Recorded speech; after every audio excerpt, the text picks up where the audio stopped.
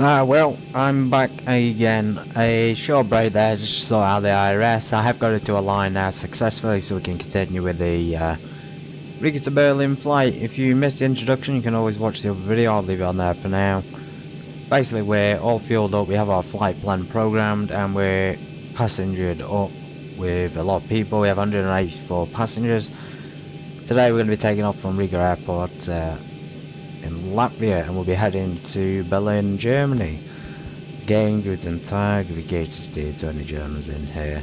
And hopefully there's no more issues in the flight. That was a real shame before. I thought I was going to have to end it and permanently end it. It seemed like it suddenly started working when I quit the stream while I ended it. So yeah, very peculiar. Never had that issue before on the stream. So I'm going to go ahead and get back in. I'm already in the cockpit. Get back into it.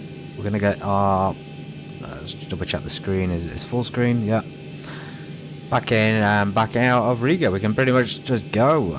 We're not really in the mood to do ATC because it doesn't work, so we'll just get going. I've just done the route, just double check the routes. You can see on there, legs, step, nice clear route. There's no brakes. So you got key tap. We are key tab arrival. Believe we're key 25 left, so we can actually program that now. No other traffic to worry about. ILS 25 left. There we go. Awesome. The key tab transition. Back to legs. Let's just check that's gone in. You can check the pink line / purple or the actual FMC screen. Doesn't matter too much. It does look right, got a bit of a square thing going on there. Okay then. Not sure what that is, but perhaps it's giving us right. Might be because we programmed it in twice, to be honest. So we'll go back on route, but I'll just double check what's going on with the route. This is our arrival, keep that to by the left. Right, let's get going. So we can just taxi straight out to runway.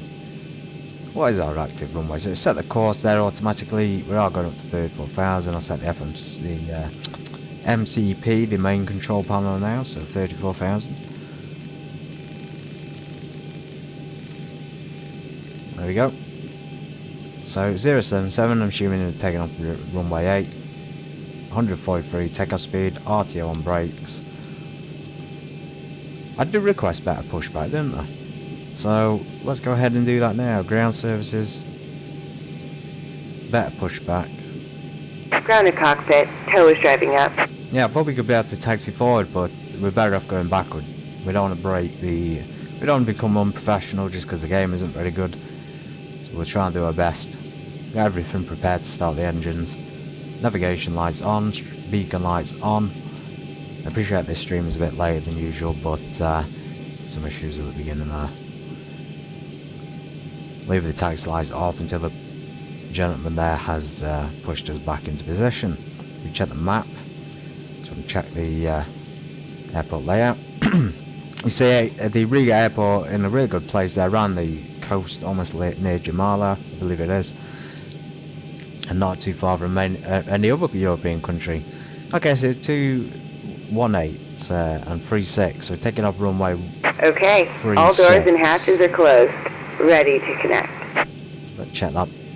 I can't remember where I've asked him to push us back to, but let's just see anyway. So we'll have to taxi down Foxtrot to 36. Foxtrot and then Alpha. So we should be connecting. I have noticed that when you try to do the back pushback, if you don't look at the external of the aircraft, it won't do it. Or it hasn't seemed to be doing it until I've looked at it from the outside view.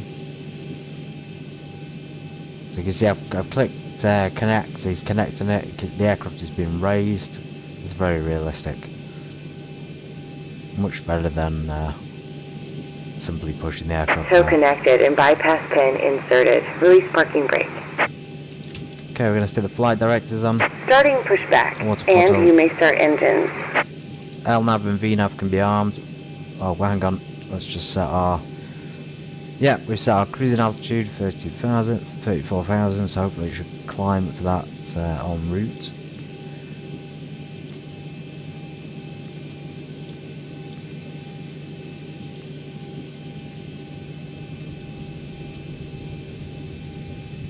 Everything else looks good. Go ahead and start those engines.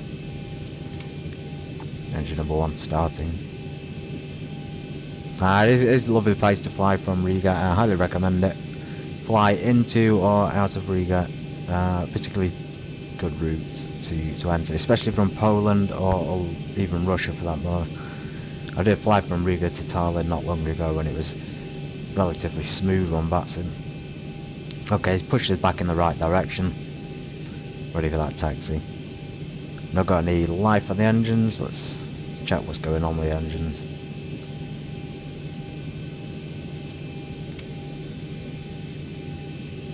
Well, I missed a step here.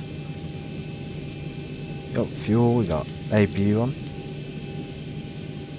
Why does it seem to be today going wrong on basic things which weren't previously going wrong?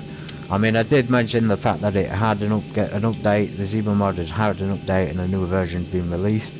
Perhaps there's something going on with a recent update that's causing so many issues, because everything else looked pretty good on the panel. You know, we got fuel. Operation complete. Go ahead and set the parking brake. Okay, we set the parking brake. Fuel's good. Disconnecting tow. Stand by. Should be able to just start that up immediately. But there's no sign of life on it. So first it was the IRS not working. Now the engines aren't moving at all. Just gets better and better.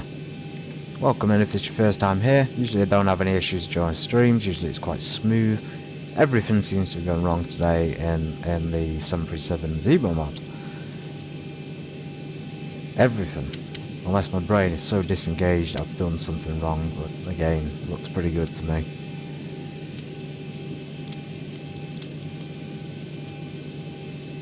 Tow is disconnected and bypass pin has been removed. Hand signal on the right. We'll see you next time and have a safe flight. We may have flooded the engines. Just a thought. Let's just fix all failures.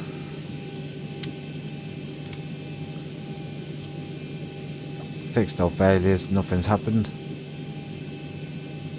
I think we would have flooded the engines realistically.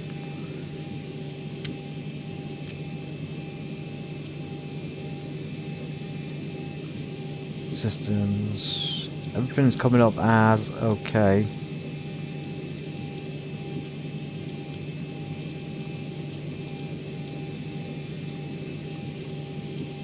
Well, I ended the other stream, this one slash that old one, thinking it's going to be better, and now it's just as bad.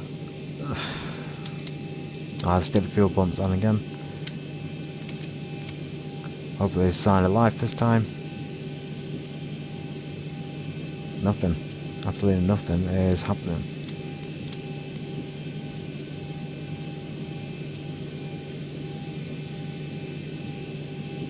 Because we got no APU bleed air on. So distracted by the IRS I didn't even do the bleed air. So you see there was something wrong. I was missing it all along. Something as basic as the APU bleed air. Obviously not a good day to the week. Start of the week. It's fantastic though here in England. Really, really sunny. Welcome in if you're from England. I hope you are having a good day at work or wherever you might be. Introduce fuel to the engine and we'll get the second one started as quickly as possible. Ladies and gentlemen, sorry for the delay. We'll be departing very, very soon. That's giving us time at least to burn some fuel off. Caution, master caution there. Electrics.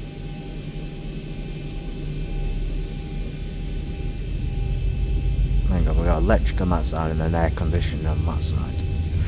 Probably because we got dual bleed air on, I suspect. So once we turn dual bleed air off, the APU air off, it'll be fixed. We've got the isolation valve on though, or open.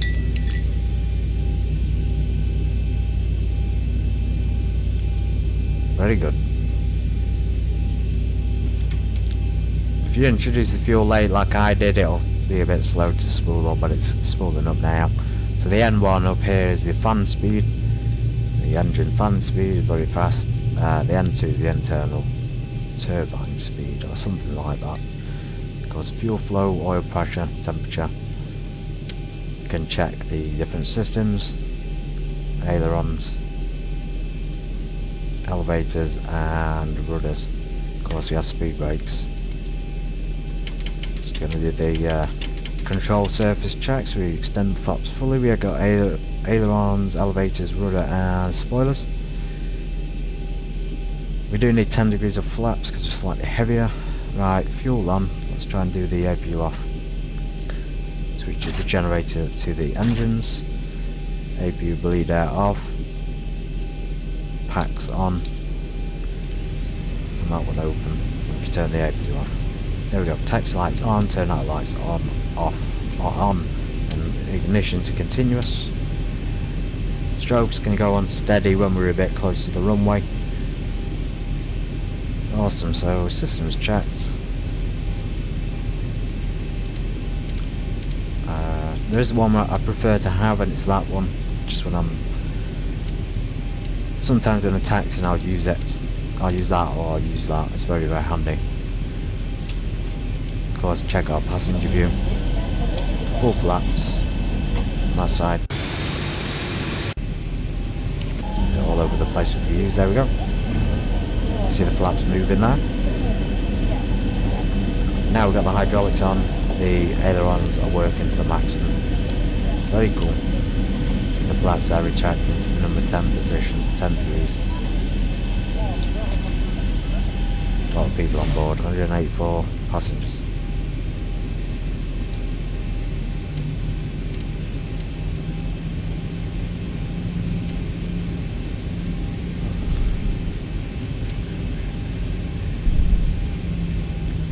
If you remember, we're taxiing down Foxtrot to Alpha. That's Foxtrot to Alpha taxiways.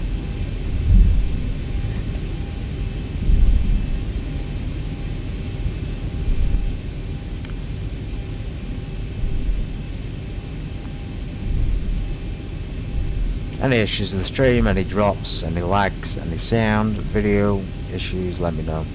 Usually you'd expect it to be pretty clear, but for now, well, lately at least I've had a little bit of lag on streams, which has been unexpected. Okay, double check, clear on the right, clear on the left. A lot of Scandinavian airlines here. We've got something there I can't quite pronounce. It looks like Alitalia, and then of course Lufthansa and EasyJet. Very cool. So departing Echo Victor Romeo Alpha Airport. Currently taxiing down to runway 36. Seems like we've got a departure to the west.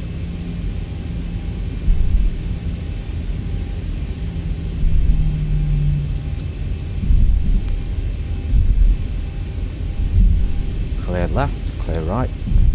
I'm glad we've got this working though. This is a little bit of a relief. I was really concerned I wasn't going to be able to do the flight today on a stream, so look forward to this. And hopefully we can use the vertical navigation switch successfully and the ILS system on autopilot, that is. You probably won't find many pilots flying an airliner manually onto an ILS approach until the final, that is, until they're close to the runway.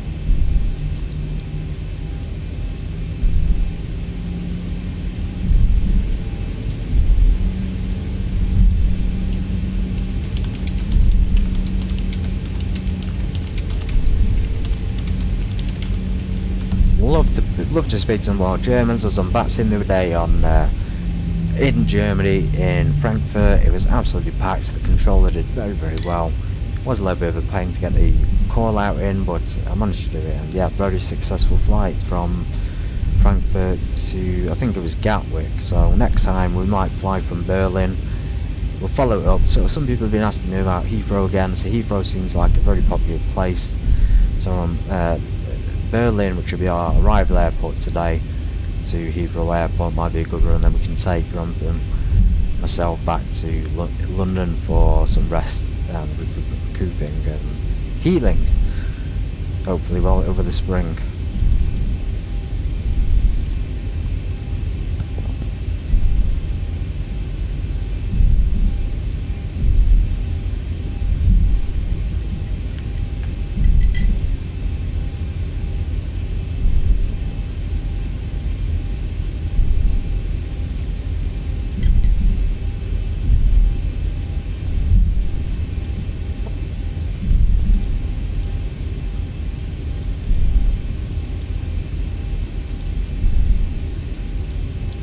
Just realised we're not started our timer. I'll go ahead and start that now. There was an estimation of 1 hour 50 just to account for all the issues. I mean, it's already taken over an hour and a half to get to this point, so I'll go ahead and start it now. Hopefully you can see that. It probably won't take us an hour and 50. It'll probably take us an hour and 20 minutes at the most. We're trying to fly as fast as we can. Double check the seatbelt signs on. No smoking signs on as well.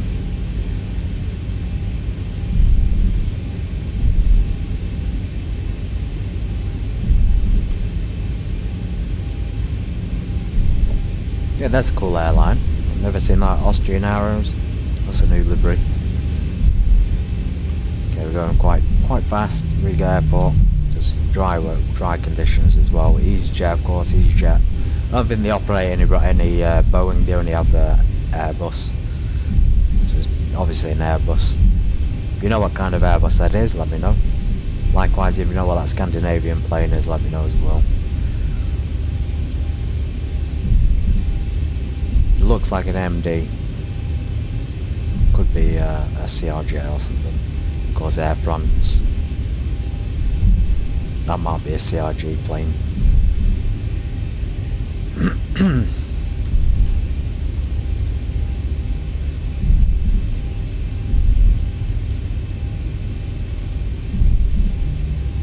Since we're going to be departing straight out, I can line up on the runway instead of holding short.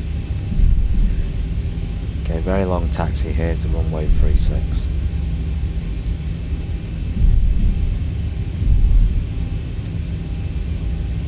We are going to need the whole runway length. Nice use of card, standby compass there. Yeah, the whole runway length, just give you a borderline. I haven't checked the payload actually. Where's the payload on this? Okay, so we're quite high on the weight.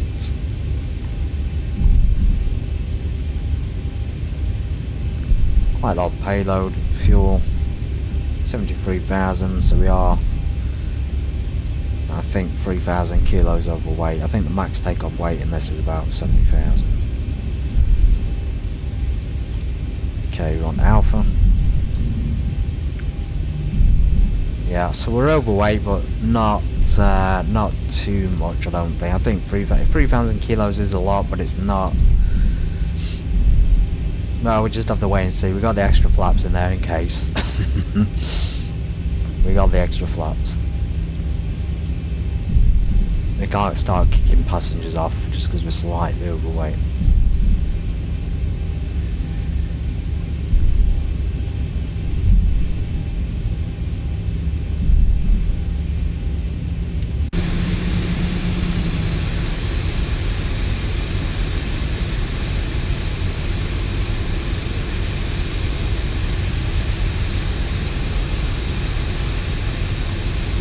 Very nice.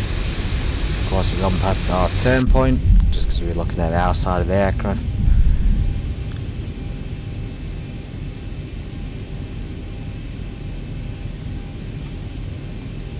You can choose to use the tablet here, which you can move. You can move that around to change the views of it, to do your checklist if you wanted, or you can click the dash here, and there's a small checklist there as well. Can move towards your face. I think that's more for virtual reality. We do have a before taxi, with no pre-takeoff checklists in there, and then if you want to store it, simply move it. I think you move it back there somehow.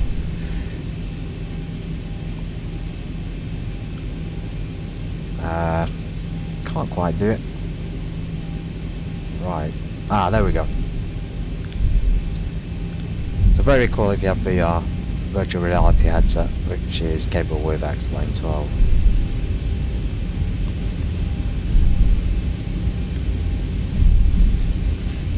Okay, clear on the right. I don't think we're going to need traffic landing. So we're clear to hold we're clear to hold your line up on the runway.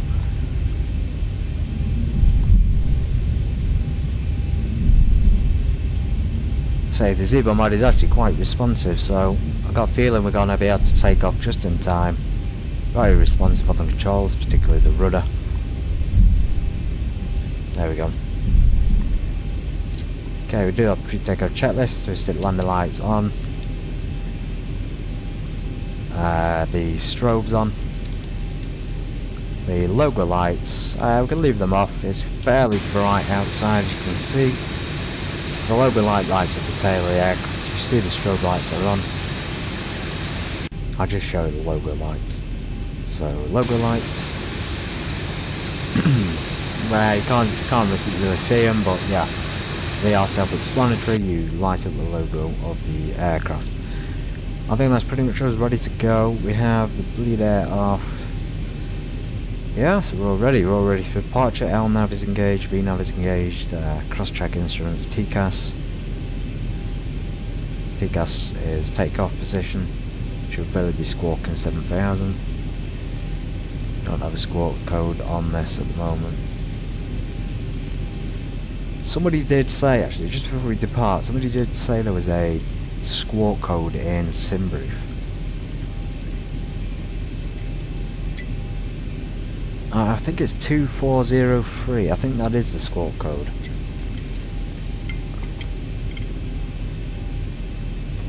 Let me one more second. 2403. Let's go ahead and put that in. And assume that's our squawk code. I think that was trying to do it automatically. So 2.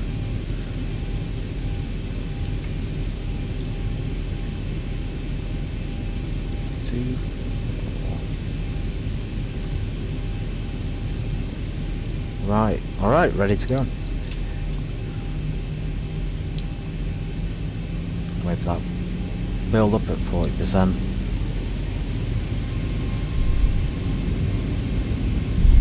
Things looking steady, there's no warnings on the computer systems.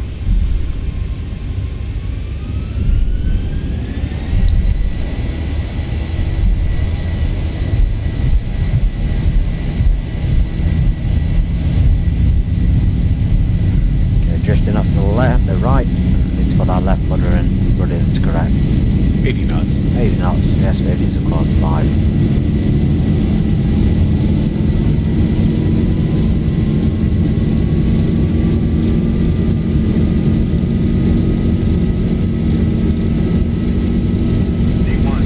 V1, rotate. You see that very long takeoff roll, but we did it. Positive brake climb, gear up. We'll maintain that steep pitch until we're a couple of thousand feet above the airport. I haven't checked the departure procedure.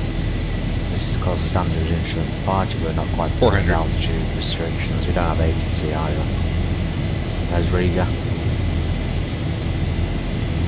Over the river somewhere. 1,000. 1,000 feet. You see the N1 and the autothrottle has kicked in. Vertical navigation, electric navigation is telling us to maintain 176 straight up to 34,000 feet. Okay, we've got 10 flaps, we retract 1 notch of flaps. We're pitched down to 10 degrees. Remember, we are heavy, and I keep mentioning it's slightly heavy. 230 knots. So it's giving us our 2,500 feet. Yeah, so we're about right height here. Just maintain that now while we crack through these clouds.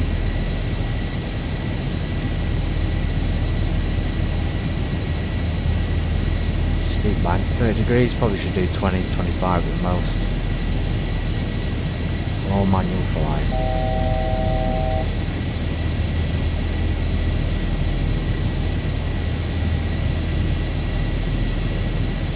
Flaps 1. in a moment we'll retract them all the way and lower the pitch ever so slightly. Of course, trim.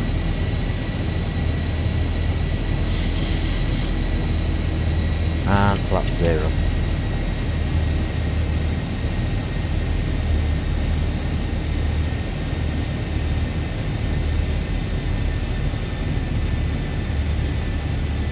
So the FMC down here tells us we should be at 3,000 feet. We're slightly high and pitch down just to maintain it. We can turn the lights off, auto brake off, land lights off. The ignition switches, leave it on a little bit longer. If you see we're maintaining, we're just going to maintain that because we're not meant to be above 3,000 at the moment. We're already too high up. We have got pressure set, we're set to standard pressure when we're above 10,000 feet.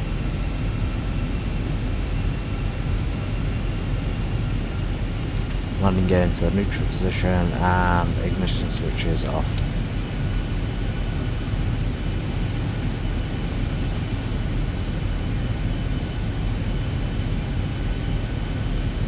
I suspect the altitude and the speed limits, well, as the speed and the altitude will be departure, so the departure will be based on whether you can be loud or not, so I suspect it's to reduce the noise pollution above Riga from departing that aircraft.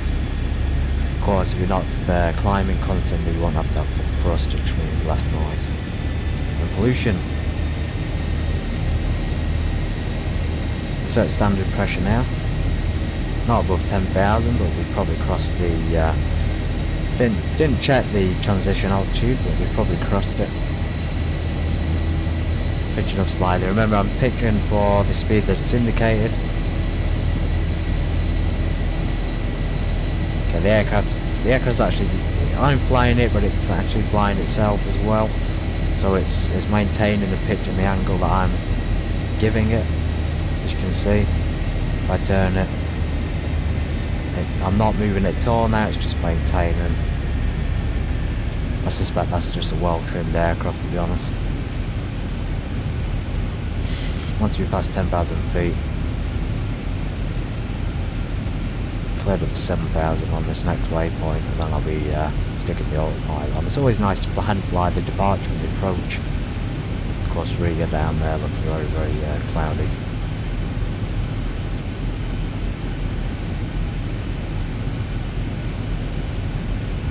Well-trimmed aircraft.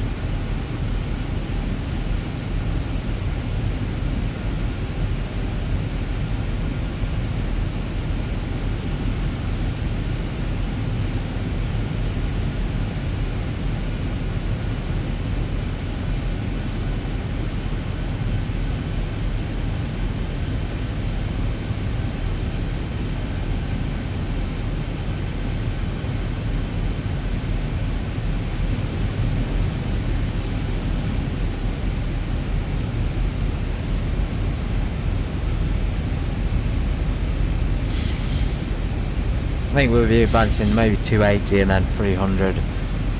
Depends what our cruising speed is. I haven't really checked. Well, we can't check. It'll just give us the cruise speeds based on the information we've provided to it. Very nice climb out there, very steady.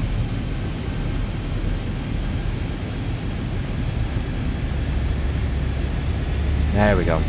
Back onto the climb. Climb power N1. Climb to 7,000, then 17,000. So I'll go ahead and stick the plane's yoke into the neutral position. It seems to be, like I say, flying and maintaining the pitch and angle that I set for it. Okay, autopilot on. It might descend now down to 7,000 or continue to climb to 34, which is what I've set on the MCP. There we go, it's climbing very, very fast.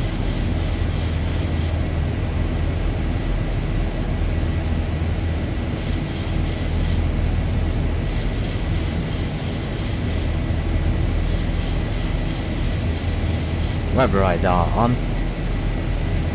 yellow, the green banana, well, people call it a banana, this green arc is the distance to your target waypoint. So as you can see there, where it's gonna, well, it might be the, I'm not sure, I can't remember what it is. It's supposed to do with climbing and reaching your desired waypoints and speed, etc.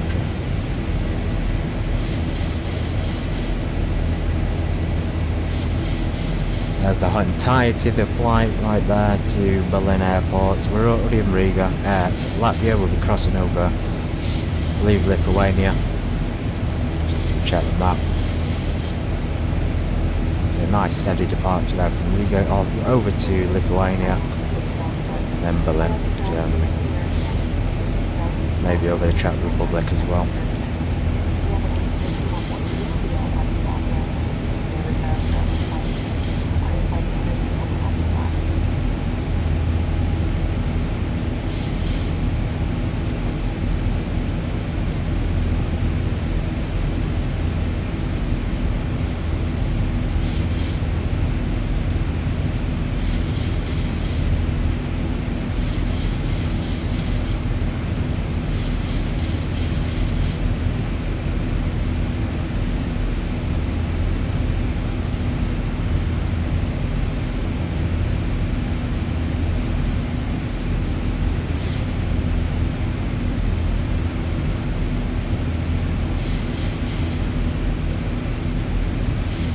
Change the clock so it says 1 hour 5 minutes. Probably a bit, like I say, less. It's only an hour flight to Berlin. Everything's good up here. We've got the pressurization, stick the anti-ice on. Window heat wasn't coming on the right side. Control panel, turn that up if you want. As you can see the numbers.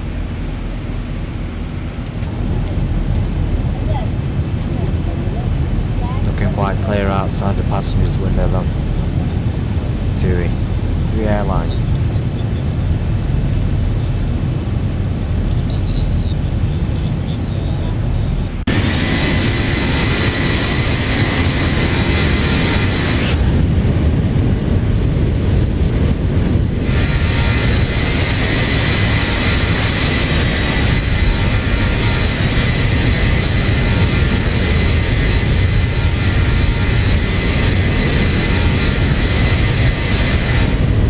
Very nice, very smooth on the performance at the moment. What a beautiful looking airplane. Even got the detail on the back of this that's not open, is it? That's the APU. Relates to the APU. Never noticed that before, so maybe that's an added detail on the ZIBO one. Very cool. Of course, I have got a co-pilot position, just in case we're online. I'd love to be able to share the cockpit with someone, a bit of multiplayer flying and a shared cockpit on the 737. Just noticed actually, so there has been updates on the ZIBO mod. I think I'm noticing slight changes. I mean, I didn't notice this before, the ability to move the iPad. I never noticed that. I'm not sure what these names are down here. I don't know if these are the people who designed it or what. If we go back to this view of the rear, you can see that there's been, again, I didn't notice this before, that maybe they've added this, but there seems to be a new detail here, as you can see what's inside it. Would be cool if you could see the pull-out chair here as well. This is usually a pull-out chair for the jump seat, I believe that's called, for any extra pilots or flying. You've got this down here for your storage.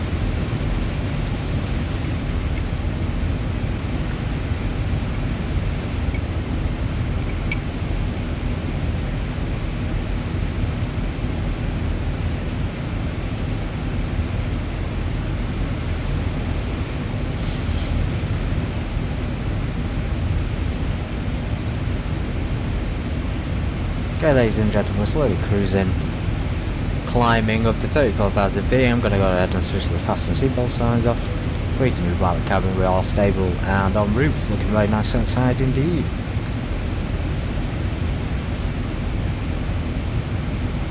And the captain's going to step away from the cockpit momentarily to get a quick drink. Return momentarily. If there's any issues, I leave total control to the co-pilot, Joseph. So I'll be right back.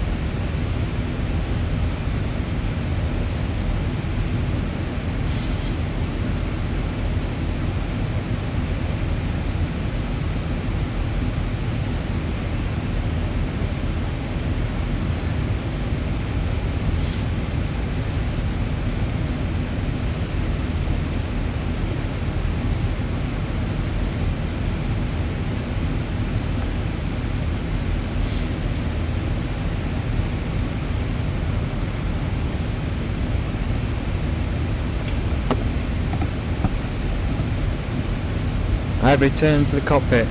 Welcome in, finders. Very happy to see you. Hope you had a good weekend. You had up to anything special a weekend or not?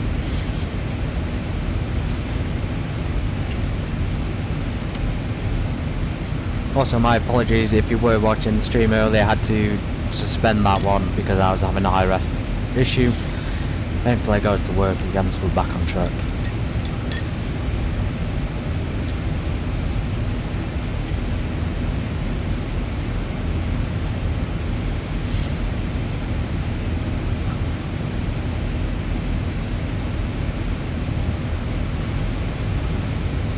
So glad that the weather has turned out like this. At least we've got fairly clear skies. We're above the cloud level. I think we're over Lithuania at the moment. Go ahead and crank this background light up so we can see what's happening.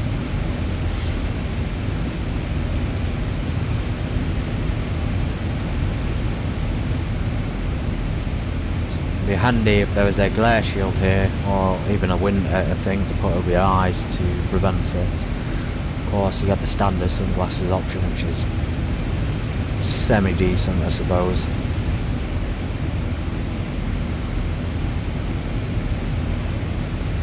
Yeah, there's a big difference there. As you put the glasses on, you can notice there's less reflection.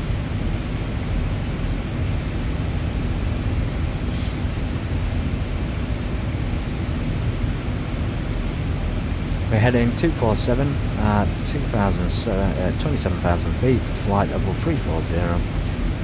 Cruising approximately 300 knots, 309 knots at the moment, relatively quickly.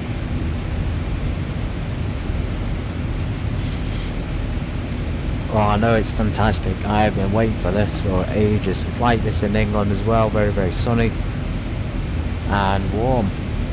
Perfect weather to get outside and have an ice cream. Or go to the beach. Go to the beach and have some fun.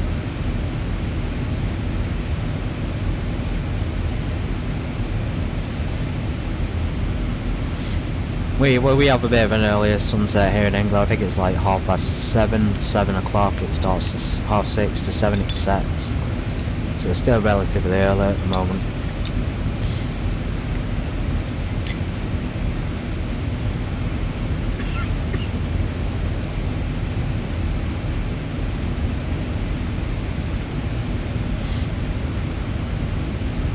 I forgot to mention as well, apparently this is something that YouTubers have to do, so someone said you should ask people to like and comment on the stream, so I'm going to say that now. If you are enjoying, please like and comment and let me know what you enjoyed. I'm always looking forward to the feedback, criticisms or positive, it doesn't really matter.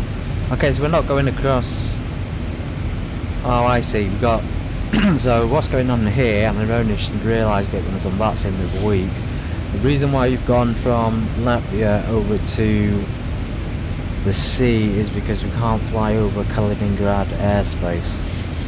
So due to the sanctions on Russia, we can't fly through Russian airspace, and of course Kaliningrad is Russia, so we're having to go all the way around Kaliningrad to Berlin. A little bit of a pain, to be honest.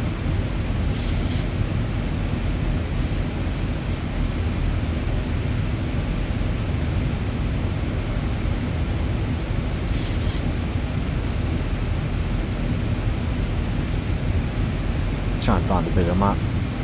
iOS.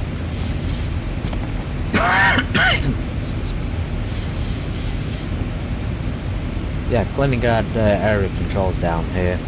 Vilnius is there. Of course, Vilnius, Lithuania.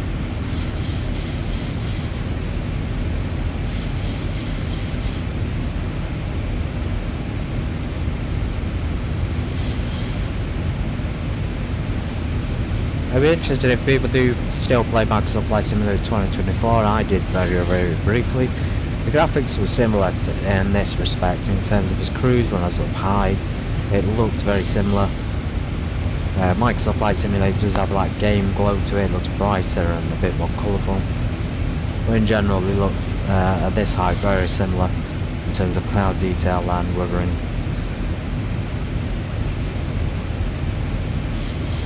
Not even levered off yet, I'm still at 31,000.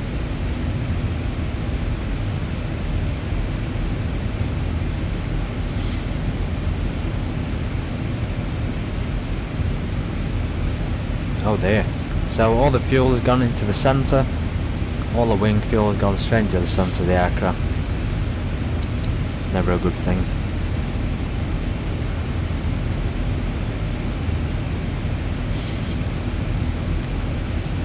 And there was no fuel in the centre to begin with. It's just that it's moved there on its own gravity.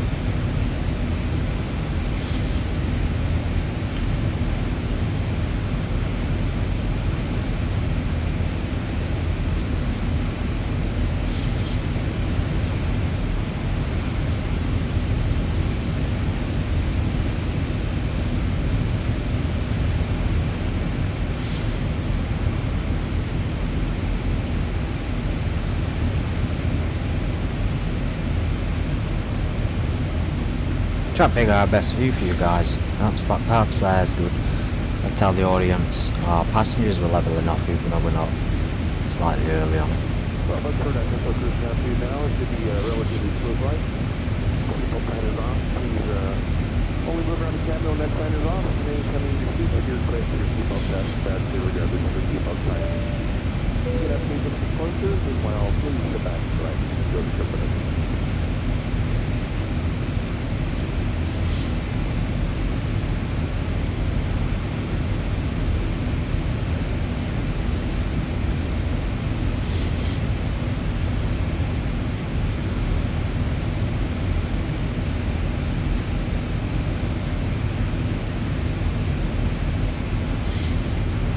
No more clock. I don't want to see the clock counting down. So if anyone wants to know, we're going from Riga to Berlin. We've just departed on the Veil 3 Juliet departure, Berlin, and we'll be arriving Key Tab 25 left arrival. Standard instrument departure and standard approach arrival. Not sure what the proper name is for Berlin Airport. Yeah, so it's gone all the way around. It's even gone around Lithuania, 1,000 to go. Kaliningrad, straight over the Baltic Sea. Over the Baltic Sea to straight into Berlin, into Germany.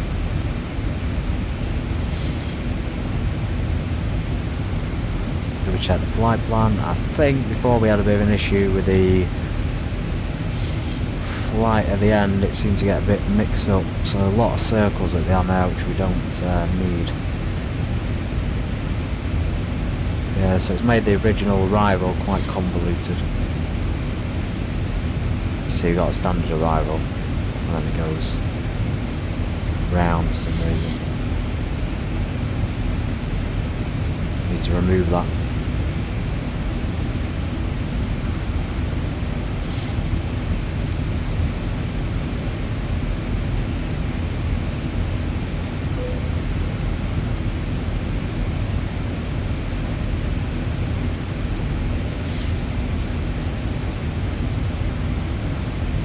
Try and remove it, so let's try and do other legs.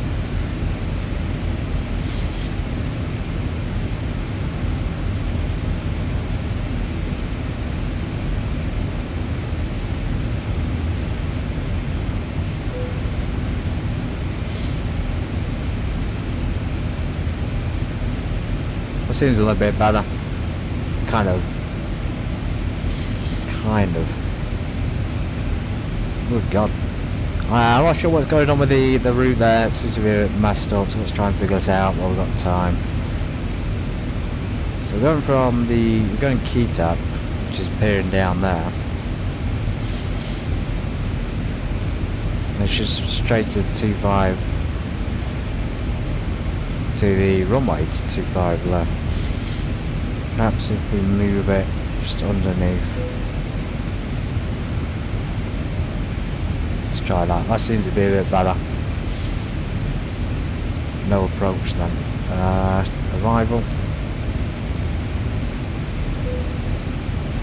Don't need the key tab. Let's just not put the key tab transition in. Or perhaps we should. Still not changing it.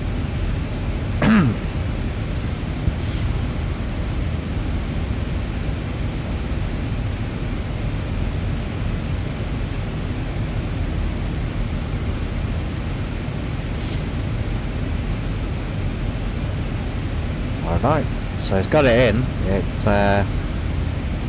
won't recognise the transition to the final. You see, it seems to go straight onto the runway.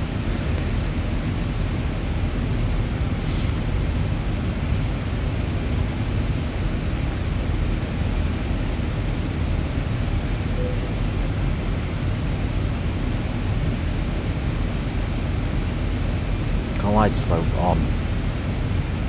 Route.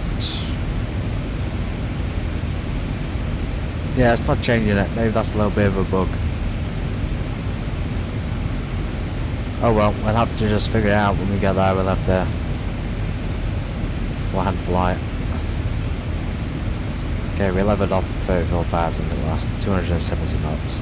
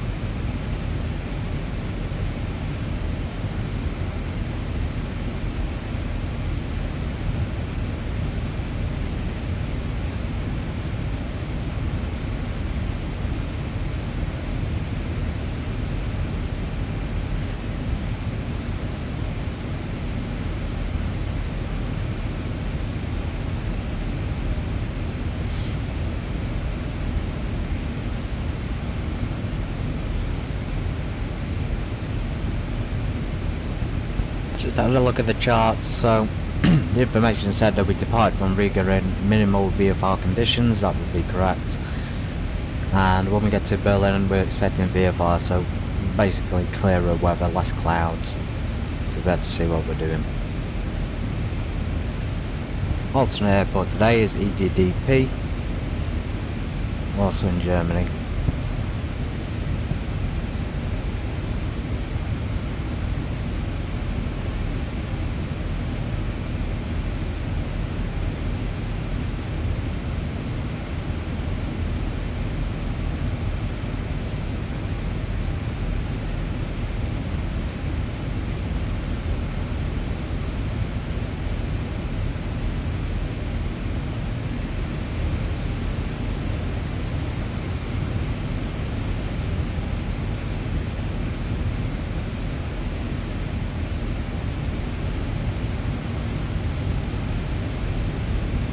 Okay, I just noticed we got an overheat warning. No signal on the alert panel. Let's go ahead and check that out. No failures have been programmed into this flight. Any lag or problems just spontaneous. So on the hydraulics we've got an overheat warning.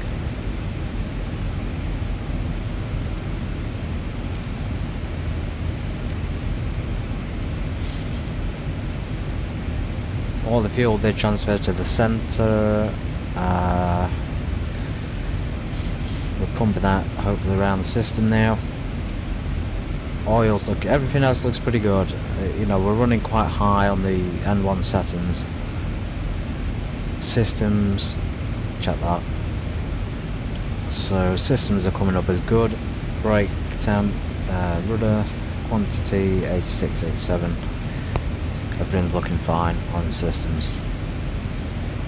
I don't think there's any other way to check. There's not really. I don't know if you could do it in the FMC perhaps as a maintenance. Perhaps there's something in here we can check.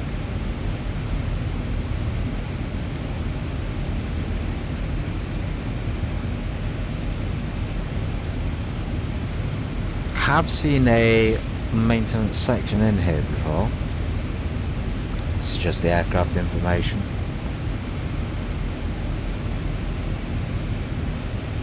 No, I can't really navigate that.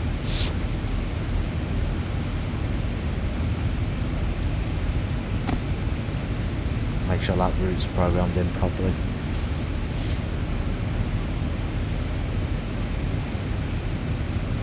Yeah, strange. I'm just having so many issues with X-Plane today. The lag is not usual. The game seems to be having at a moment. Okay, so from T8 280 to Quito.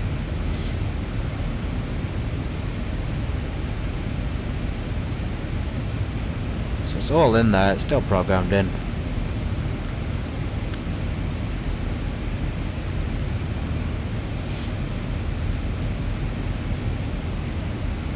There's that main stretch there, Gosset. That main 120 nautical mile stretch at 270 knots.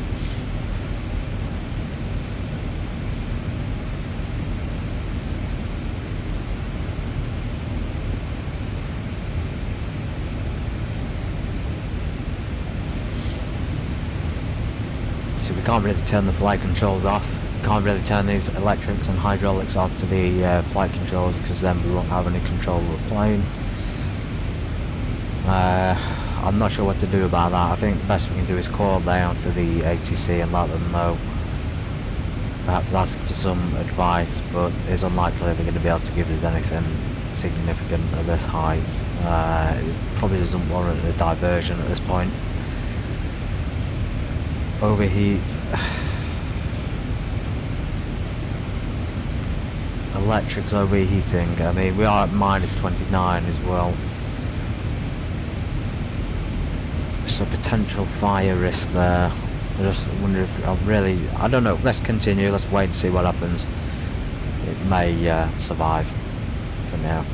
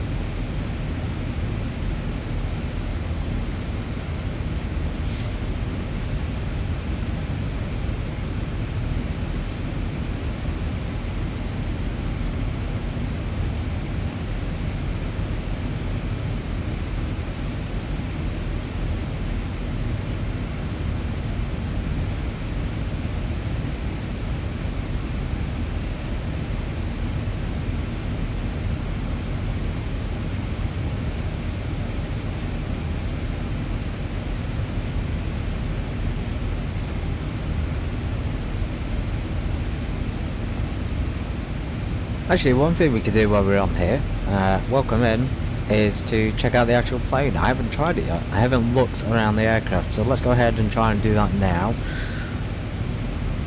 The overheat warning is still on the electric, the engine. I mean, we could turn it off and back on and see if it helps, but I don't really want to risk turning it off in flight while it's being used. So, hopefully there's no fire. I tried to check the maintenance. Perhaps we need to do some maintenance on the aircraft, but there's no option in here for it.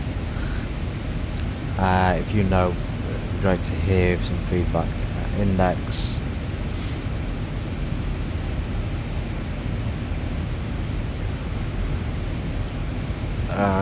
Well, we'll leave that. We'll look around. Message recall, ultimate destination. Okay, it's not even programmed in. Hang on. Menu, FMC, D-Link, ACOMS. Okay, here we go. It doesn't quite work.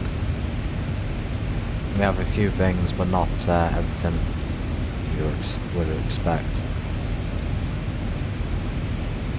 Almost got there.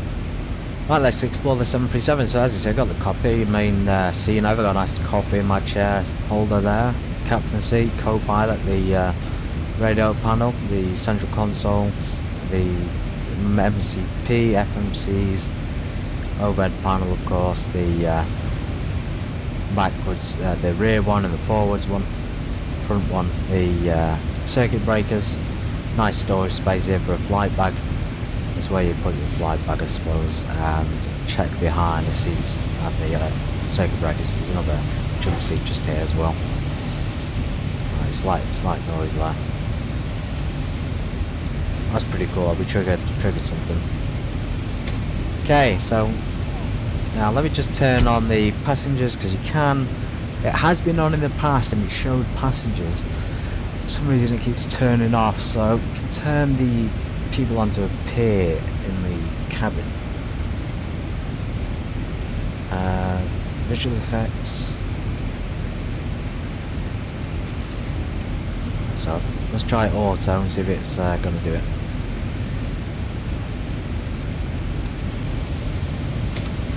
Yeah, so we got passengers on board. Let's see if we get past through the doorway. That'd be pretty cool. No, so that's quite realistic. We have physics there on the door stopping us. Just going to walk around, make sure the cockpit door is secure before we do so. There we go, there's a toilet right next to the cockpit door. I've been on a 737, but I haven't seen a cabin layout where the toilet is in this sort of secluded area. I might have been on a Max, I'm not sure. Usually the ones I've been on would have the toilet like a small. Let me just move forward into the cabin. Yeah, you would have the seating area, and then just to the front here you would have a drink area, but you'd be able to see it. Excuse me. And just over to the left you'd have the toilet. It wouldn't really be separated like this, so yeah, I think that's a little bit better, unless this is a private toilet, of course. That's where they prepare drinks. We got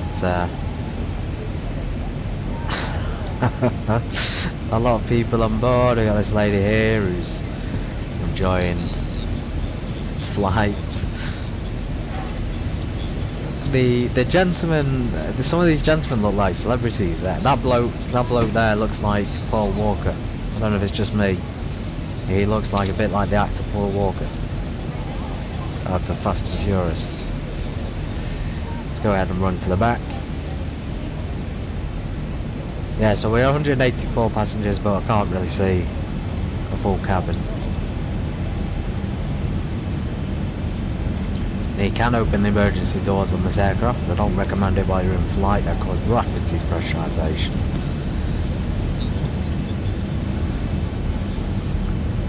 Very cool. We got full seats here. This gentleman is having the time of his life.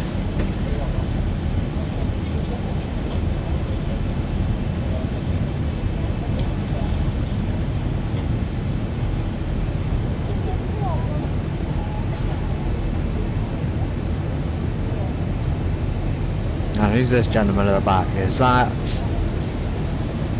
No, that's not Denzel Washington at all.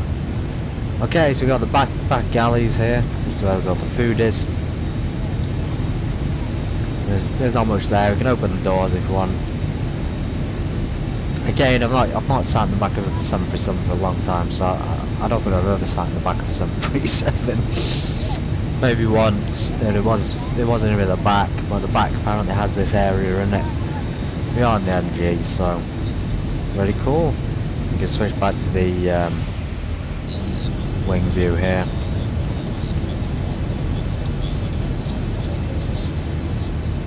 No one in the seat today.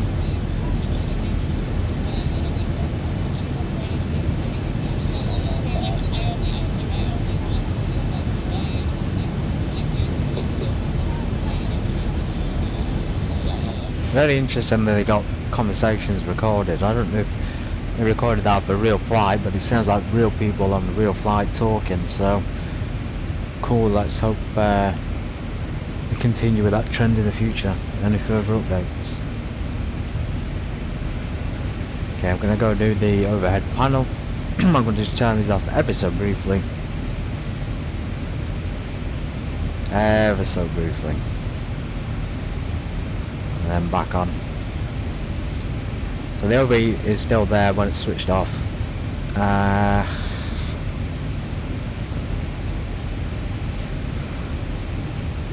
Alright. Of course we're over the Baltic Sea.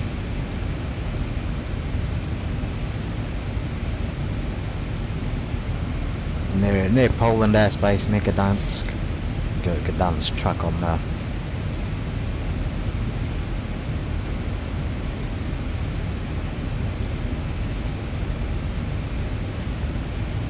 Yeah, this is more than 140 passengers. You can have different configurations, so 184 today. I usually fly quite a lot, although those last two flights I did in the Ryanair and TUI 737 didn't have that many. I think that was something like 140. It's just a different configuration. So you go into settings on here, payload, and you can change this. You can have 160 layout, 180, 197 or 189 passengers. As you can see there, we've got 27, 42, 34, 42 and 42 in those different zones. 5 zones altogether. And then you can see the weights of the individual. So these are like generic weights for those kind of categories of people. So for a male student weight, they've estimated 87 kilos. That's quite a lot. 76 for a woman, female. Kids, standard weight 35. And then accounts for the galleys forward and aft. So yeah, we can only go up to a minimum of 160 passengers or maximum of 189. Of course, going airside services, we can see we have 184. We have a lot of cargo. We have 6.2 tons of cargo on. I believe that's a ton. If you convert it to tons, 6,200 kilograms, and yeah, very, very heavy. Check what our landing speed is. So approach. Yeah, we're going to be coming in quite fast at 168, 155, and then 148 is the touchdown speed. Still very high up.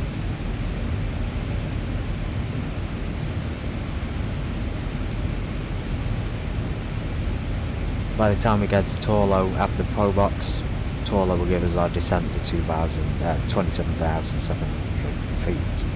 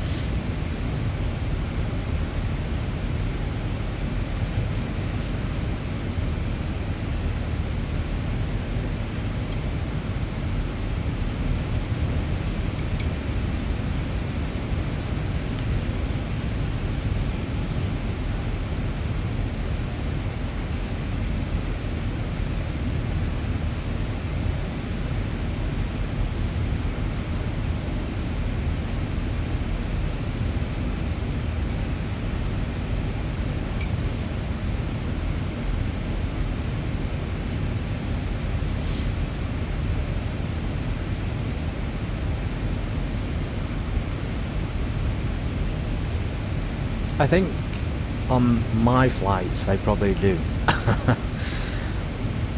I do, yes. I get a meal, I get a drink. I don't always have a meal though. But I think in real life they still have to pay for it. Yeah, I suspect they probably have to pay for it. You know what it's like, the world. People have to pay for everything. Even the captains of the aircraft.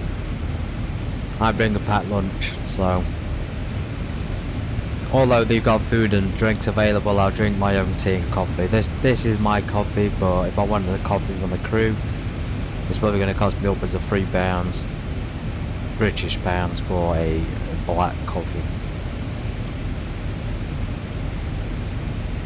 Actually, you're right, Fighters. Let's get the cabin attended to in terms of refreshments, just while we're cruising over the sea. Can we go ahead and start service? Yes, please start service again, and you know what? Bring me some tea. I'll have green tea, thank you. Is green tea really popular though I know it's popular in the sort of Eastern Europe and Russia, but in England I haven't found many green tea drinkers. Seem to be more for the Europeans. I know the French absolutely love coffee and teas, but coffee, sorry, not teas. Of course, Germans like a good coffee as well.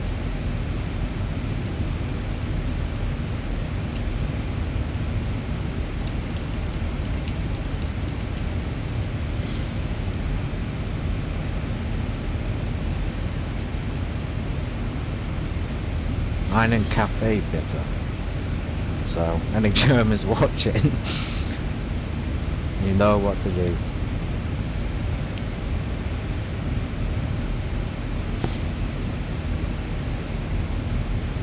Apparently it is fine, apparently it is healthy. Not many people, like I say, England's not very exotic. Maybe there's a whole culture out here that drinks green tea, but for the most part, most of the British people drink black. Not black, but they drink tea with milk. They drink coffee and a lot of that thing. One thing you find in England is that coffee chains, like the big companies, are very popular. I don't know why, I've never been fond of them.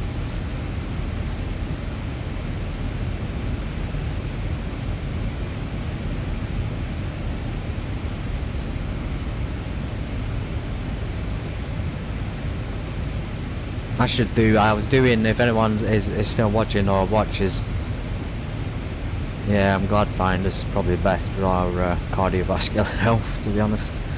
Yeah, if anyone here does watch this and they're thinking, well, this is completely different to the videos I was doing before, because before I did the flight sim videos, I was doing supermarket videos, and I only did, you know, not very many videos, perhaps 10 to 15 videos, not many. Quite a lot more views on that than I did on flight sim stuff. I stopped doing it because I realised it was promoting someone else's business for free, and you know, I'm not getting anything in return for that. I don't really want to be doing that. It is good to help people see the shops and things, but when you realise what the supermarkets at the core do and things in the companies, you don't really want to provoke them at the end of the day. I might go back, I might do another video. I'm hoping to do some videos in real life of planes, hopefully go to an airfield or something, maybe an air show, museum. It'd be nice to have a look around. So hopefully some more real life content in the future.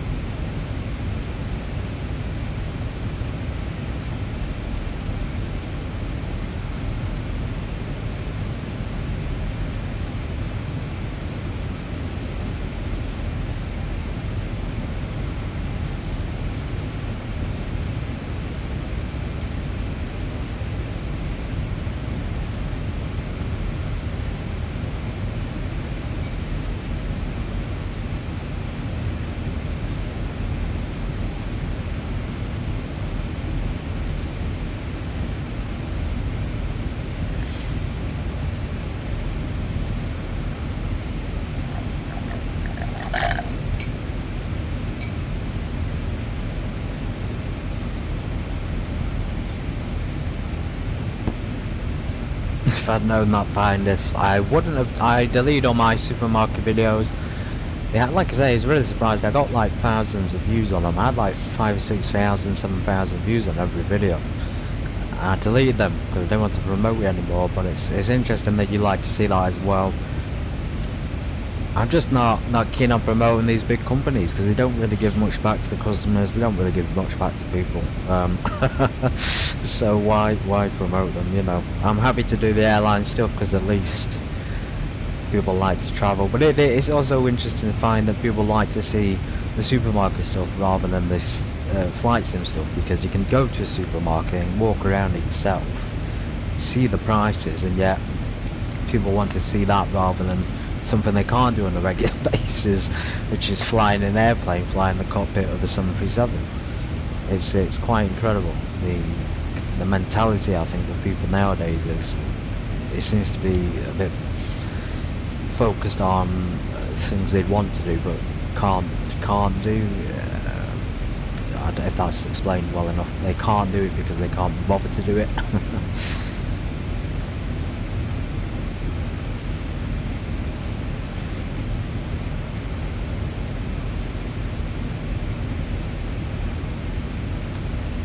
The USA has asked Denmark to help them with the eggs.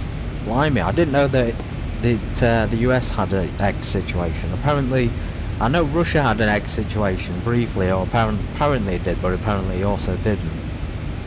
England is not very good on eggs. We don't have a lot of eggs here. You go into a supermarket, there's not dozens and dozens of aisles of eggs, you know, there's just one small section. That is kind of unbelievable, to be honest. The USA needs eggs from Denmark. Blimey.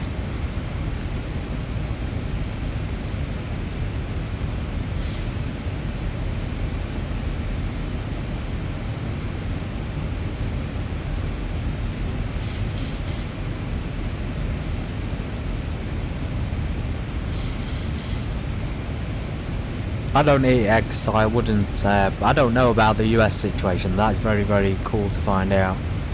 Maybe I'll go back and do another supermarket video. Maybe. I'm not promising it. I've kind of moved on to the flight sim stuff. There's plenty of YouTubers out there though who are making supermarket videos. Try to YouTube eggs in USA.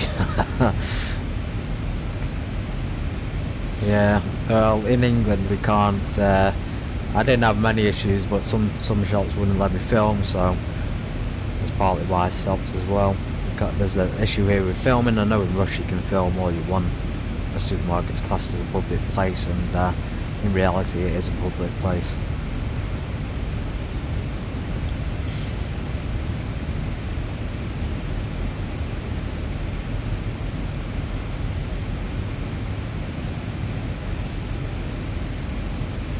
Okay, we got an FMC warning. Quebec. So this is our descent rate, descent point. It's 13,000 feet. We got a little bit of lag still. Very strange. So I changed that to 13,000. Hopefully that should initiate the descent.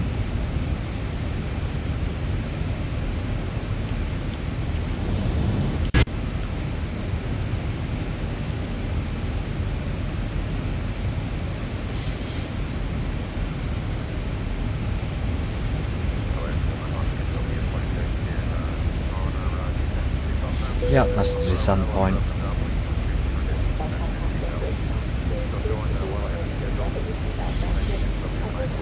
So there's something going on with the key tab arrival here. It's just giving us 10,000 and then straight down to 199 feet. More 2,000 feet, I think that might be. Yeah, that's quite dramatic. We're gonna have to try and do the approach again, arrival.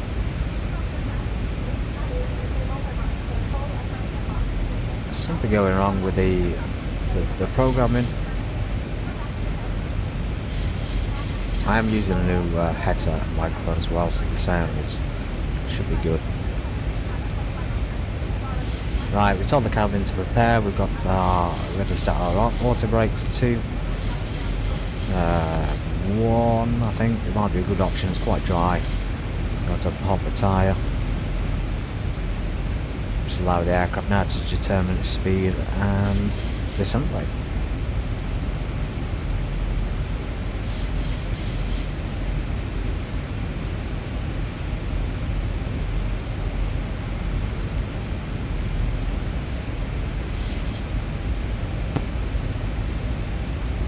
I have used online supermarkets. In fact, I mostly use online supermarkets. I do enjoy going to the shop occasionally when it's nice, but for the most part, staying at home, well, if you gotta make a decision, you gotta make a decision whether you want to expend your energy going to the supermarket, and they're quite draining places, they're quite energy dense, there's quite a lot of people, so it's chaotic and overwhelming. You know, save yourself some hassle and stress and just do it online. I think that's my advice.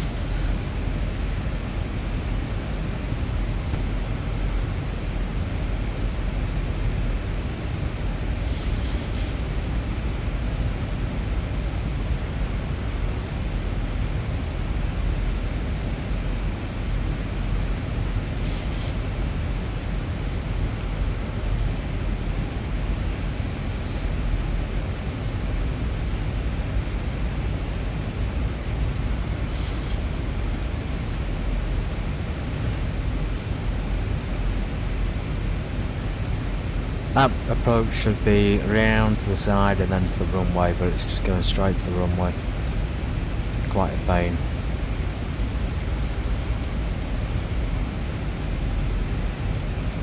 Then it's giving us, if we go round and we miss approach, we go up to 3,000 feet again.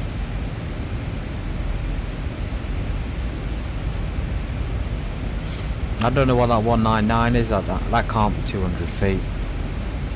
That's a big drop, 8,000 feet in a short amount of time.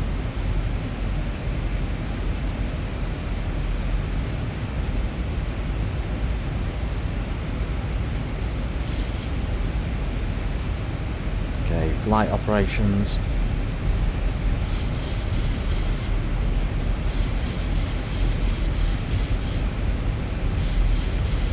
So what I'm going to do is vector us in myself to the runway. Program the computers, the radios. There we are over Germany, so at this time, good to the tag. There's Berlin. We're arriving on 25 left, 109.5, the ILS frequency.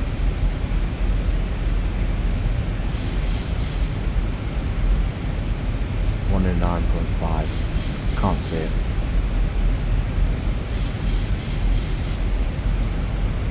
So you notice that you had to do it yourself on this rather than clicking it. It doesn't automatically do it, so you have to type it in manually. 109.5. Both sides.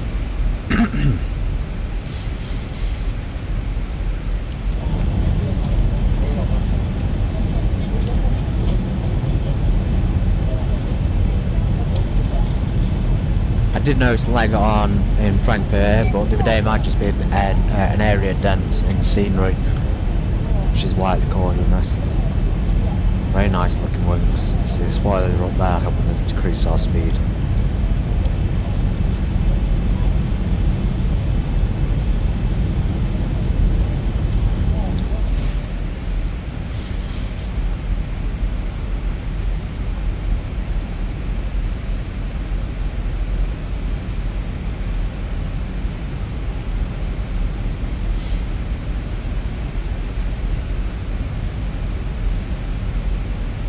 Don't want to go any further than flight D10 there.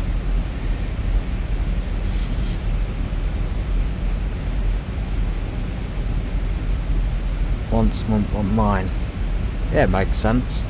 I imagine you get more. Do you get more savings online, or do you get more savings in person?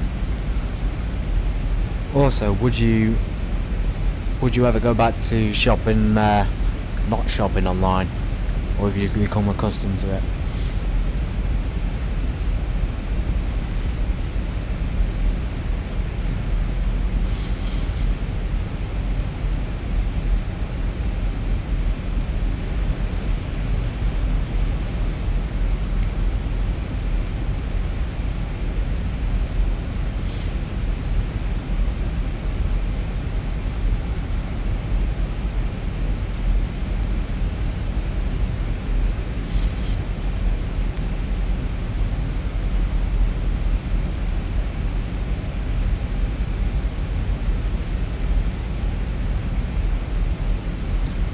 go ahead and start to use that heading indicator at the moment.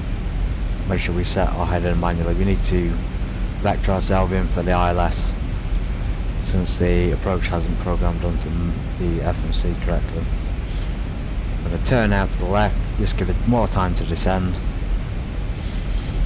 I'm going to go straight down to about 3,000 feet. And that should give us enough time to get down to 3,000 feet by the time we're on final approach. Speed is automatic at this point. So we're going to do a turn to downwind. Still got landing lights on.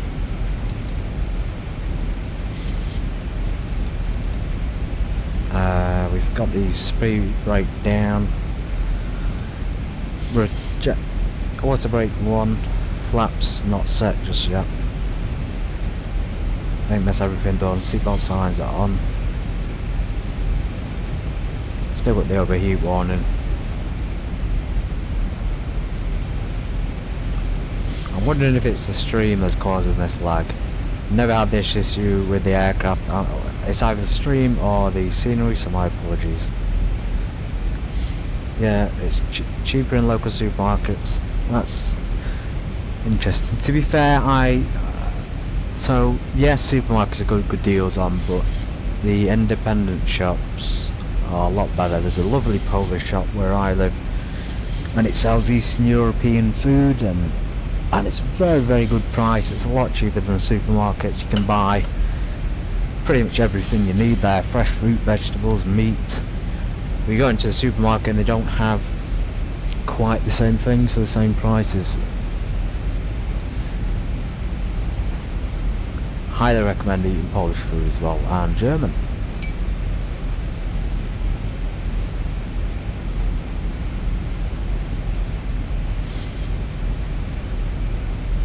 You see there we're downwind to runway 25.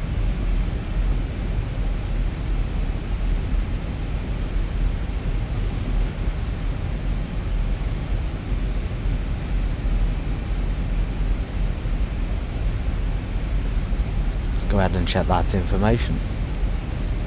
23.78. Make sure we have the correct QNH. Wind 330 degrees, 4 knots. Variable 3002360. Visibility more than 10 miles.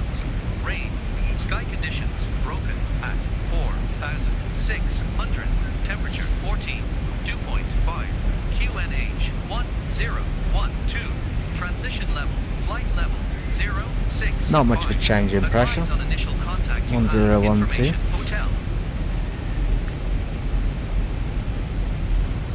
I'm just like that now. Berlin Brandenburg International Information Hotel 1550 Zulu. Arriving runway 25 right. Departing runway 25 right. Wind 330 degrees. Okay, so it's given us 25 right, not 25 left, so let's go ahead and change that now. Maybe this will work. So 25 right. We want the ILS. Let's do the same approach. Let's do that approach. Execute. It's giving us a convoluted route on the map. I don't know what that is.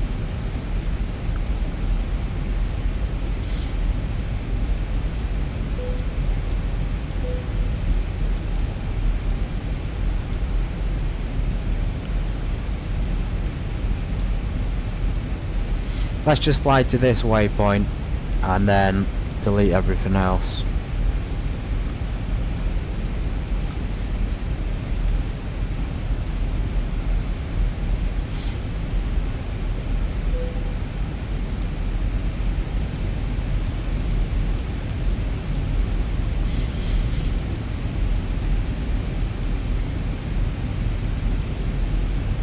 Letting those blanks. Yeah, still giving us that, I don't know what's going on with that. KLF, let's try and skip to KLF, so 331.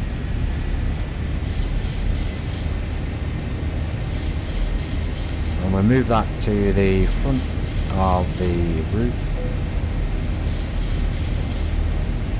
Still not doing it. We can't just skip to it.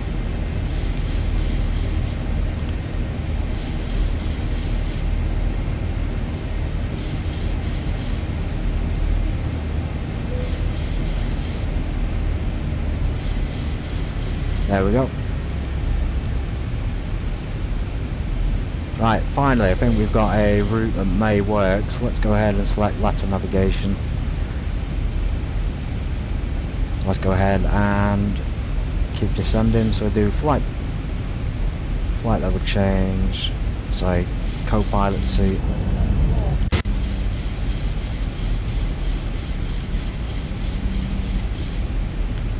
I think it's automatically switched back to VNav, so it should be descending.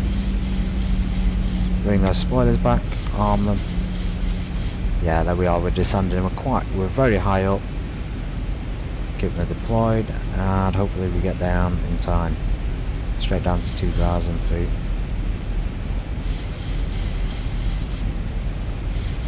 We are way too high up. Probably wanted to extend that downwind.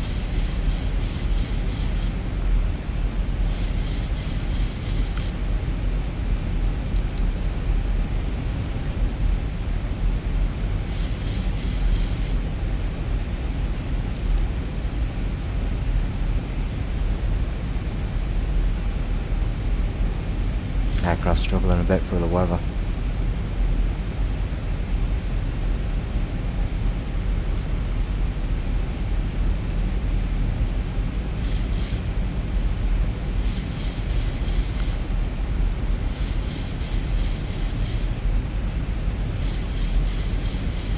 It's not following the line as I expected. Maybe it's going to go straight to the final. It's a long stretch here. It's going straight to KLF 31.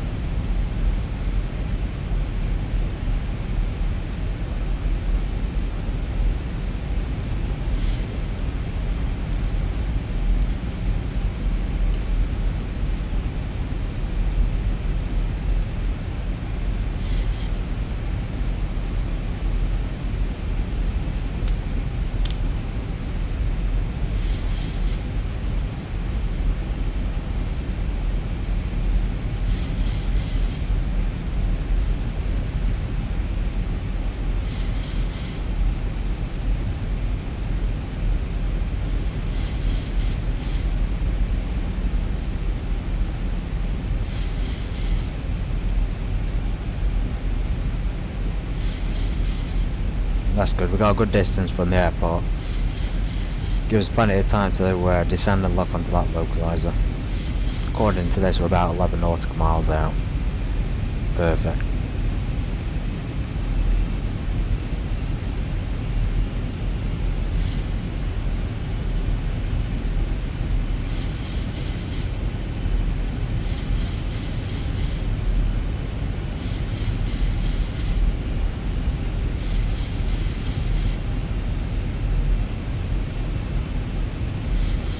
Okay, so those definitely not going to move those again. They're going to stay armed.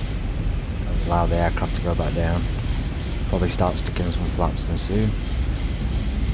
You see, I think this may be locking onto the localizer already. The magenta / pink diamonds almost illuminated. Got the arrows at the moment for reference.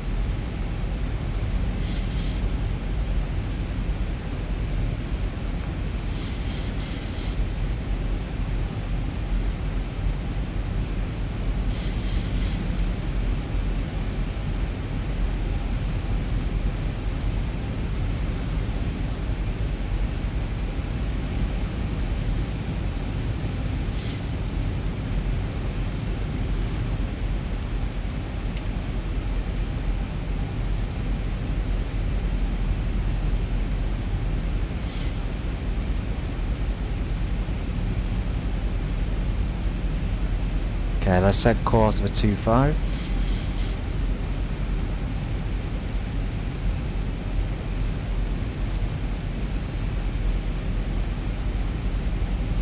Very bumpy, some turbulence.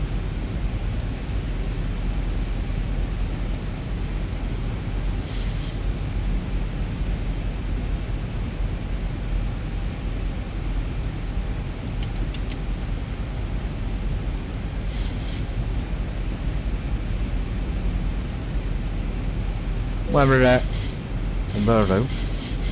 We're going to slow down considerably. Let these aircraft determine the speed at the moment. It's definitely got to be Germany that's causing the lag on the scenery.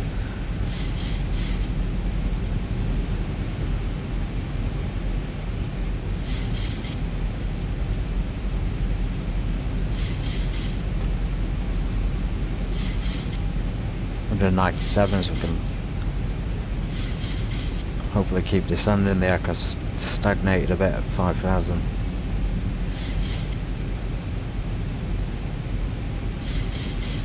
Okay, we have a land. There's Germany, Deutschland. So we just about made it.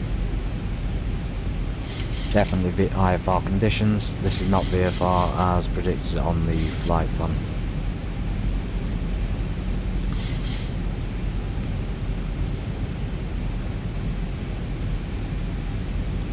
Yeah, it says VFR on the flight plan. This is IFR marginally VFR. I don't even think this is VFR. Let me look at it. Okay, to 5 degrees of flaps. Let's click the approach switch on. Now hopefully the aircraft should lock on to delocalize itself. When it does, the lateral navigation of the tuck navigation is going to disengage. And then the aircraft will be locked onto the VOR and the glide slope.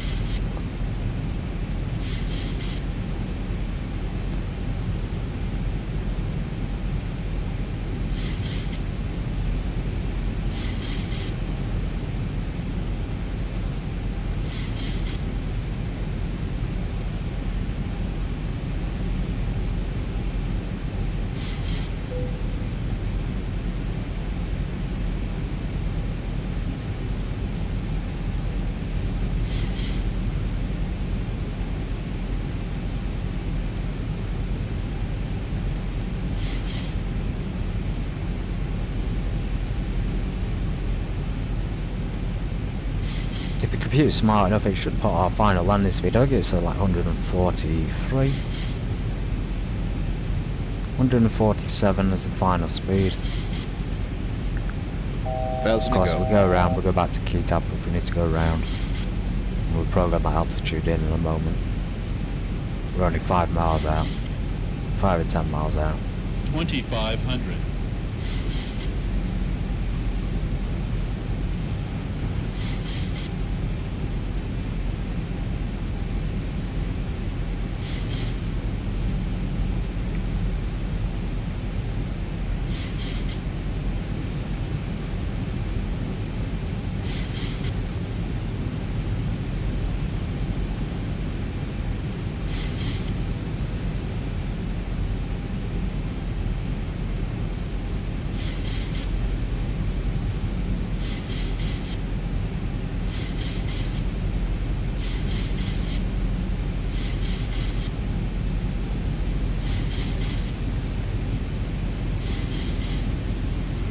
Awesome, so we're at level off at 2,000.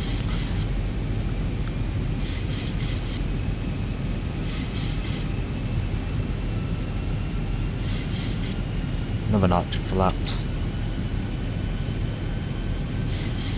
We have got the approach switch activated. Same 1,400 feet.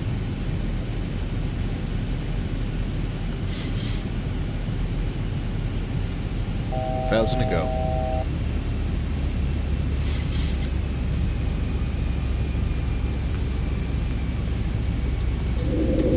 I can see the runway and we are way too high up. The approach hasn't engaged. This has got to be a go round. Yeah, we got to go round. Straight back up to 5,000 feet.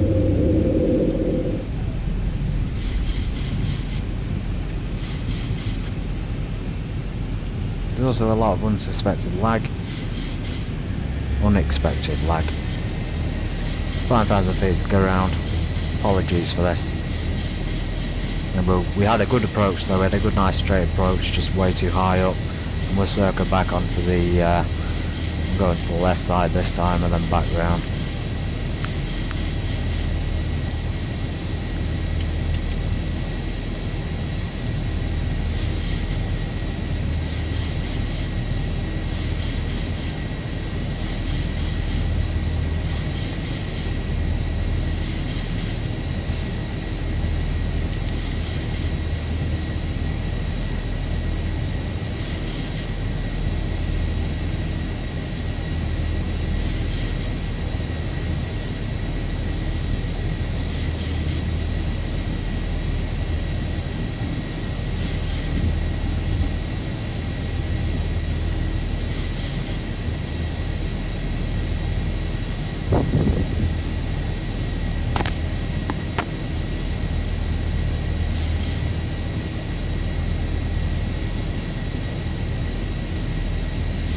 Thousand to go.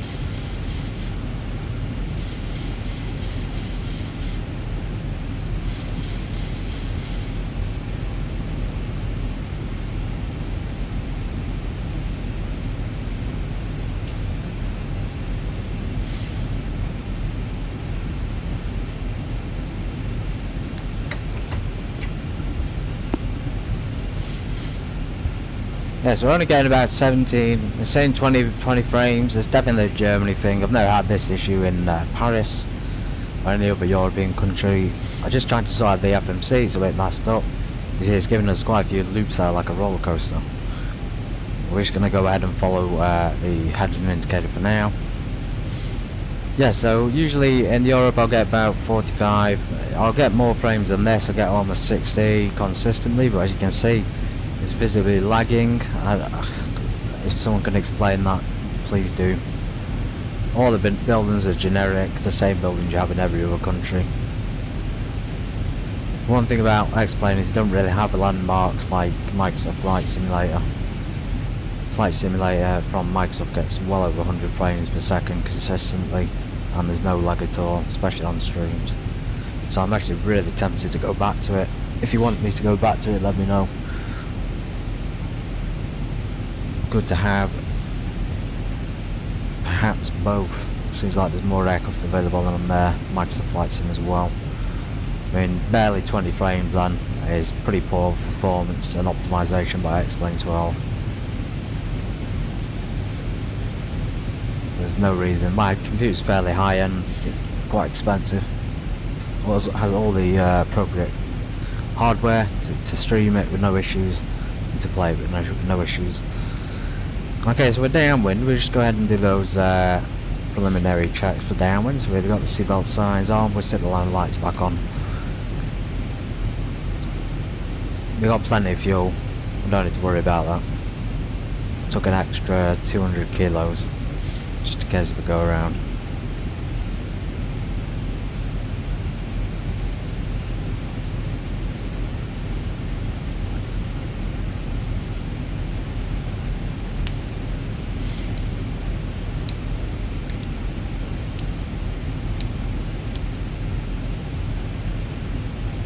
Could also be an internet connection that's causing the lag. It wouldn't explain the frame rate drop.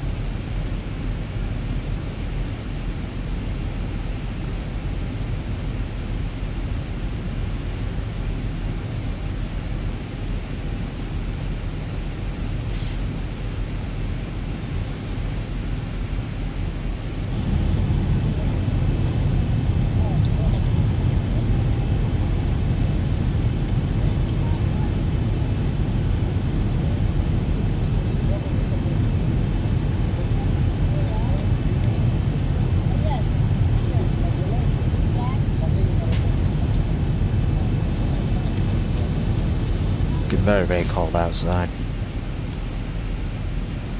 Turn the anti-ice off.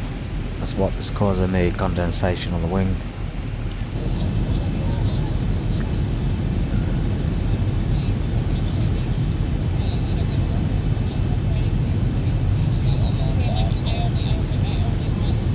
I'll have to take my time to listen to that conversation at some point. I'm sure there's going to be something very, very interesting.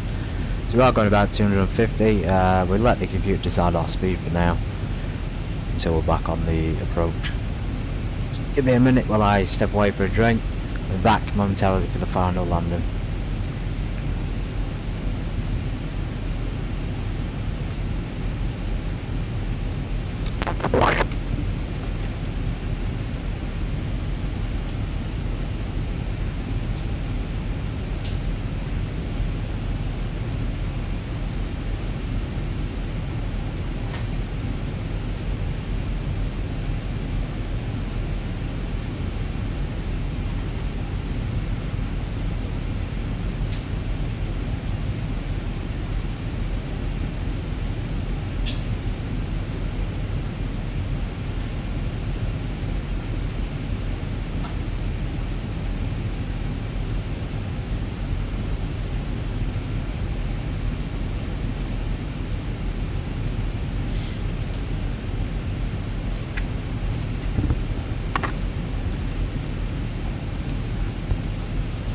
Okay, one more effort on the FMC. I think we might just delete everything and put DB447 as our next waypoint. Fingers crossed. DB447. Let's see if that's going to do it. So it's still going up with this like strange keytab thing.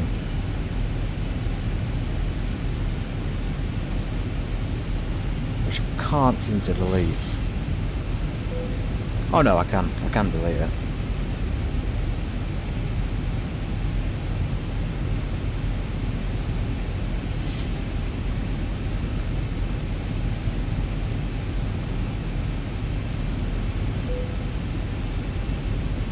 Okay, I think I'm starting to fix this FMC at last.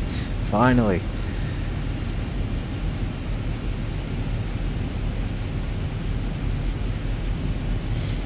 Okay. Click left on navigation. Hopefully this takes us to the final. And descend to approximately 2,000 feet. Actually, let's go down to 1,500. Last time it said we were a bit too high up.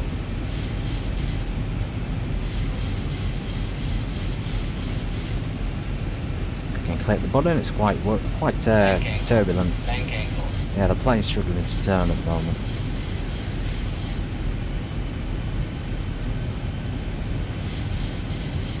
Should be descending.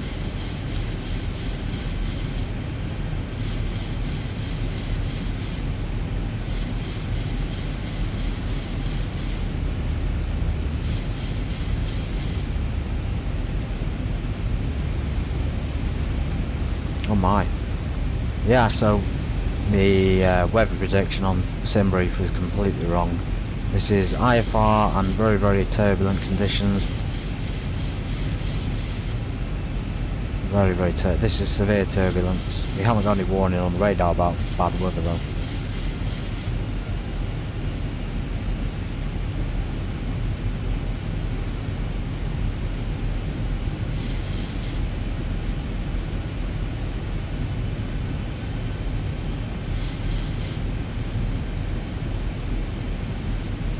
Still not descending. I don't know what's going on with this.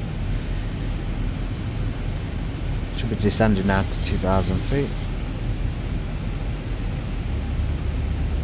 Seems to start slowing down on the engines and then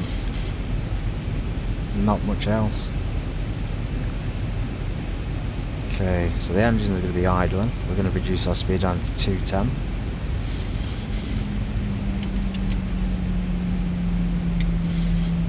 Still not descending. The aircraft is broken, I think. A lot of issues. There's just so many problems. I have to apologise again to the audience, everyone watching. Some fantastic YouTubers out there who don't seem to have any problems. Yeah, YouTube's max. To be fair, the game should be as well, but it's just not doing it today. Yeah, like I said, very good YouTubers out there who can maintain 60 frames per second, and are also doing very good streams in general. Okay, now we're descending, and they don't seem to have problems, so perhaps it's just this one. Perhaps we've had bad luck in Germany. Might be our last flight to Germany.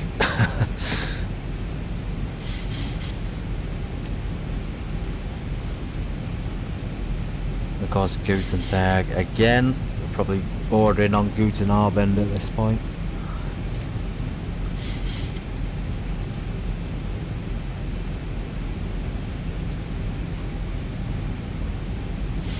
Make sure the speed is nice and slow, because 1,500 feet should be enough for the approach, and about 108, and then touchdown speed of 148.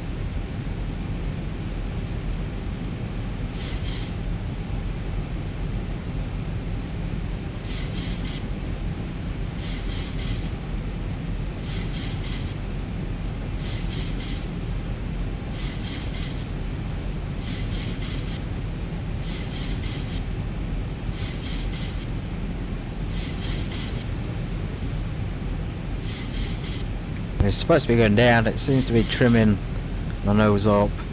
Go ahead and drop another notch of flaps.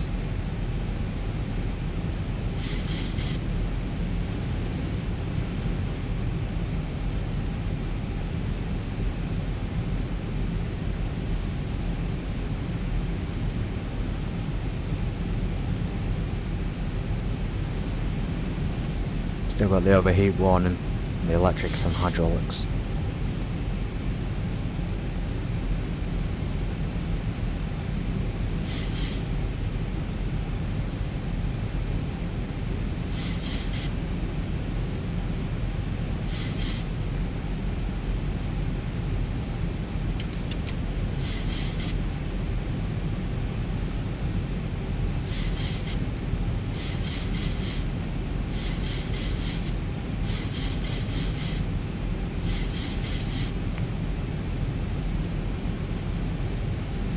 I'm going to set the runway turn off lights on already. 2500. Keep our wings illuminated on final.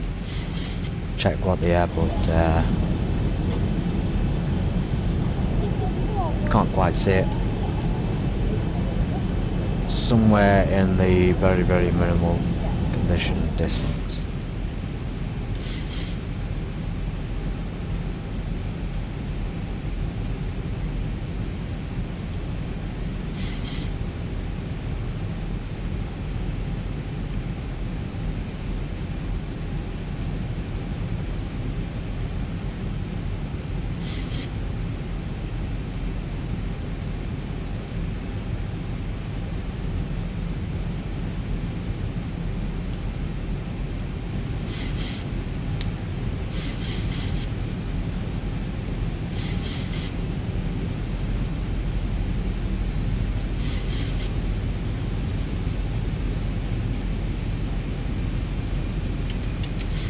$10 degrees of flaps. You notice I'm putting them in just slightly early. Make sure we have enough lift before we slow down more. A nice little town down there, nice little road, some nice countryside. For Berlin though, it does look very developed. Berlin Brandenburg looks very, very empty. This is probably one of the main roads. We've got a bus down there carrying some tourists all the way down to the airport. Okay, so when we make this next left turn, that should be the descent then to the final. I'm going to activate the approach switch when we get onto the alignment to runway 25 right. Plane just absolutely haywire at the moment.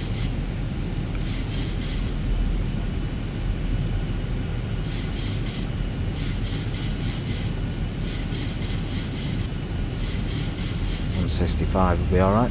We'll keep it at 165 until we get really close and then drop the gear. I'm going to set the taxi light, not the APU. Could do the APU on the ground. Taxi lights on in preparation. Maybe we shouldn't keep them on approach, but want to be lit up, as people say, like a Christmas tree. All those green and red colours and white.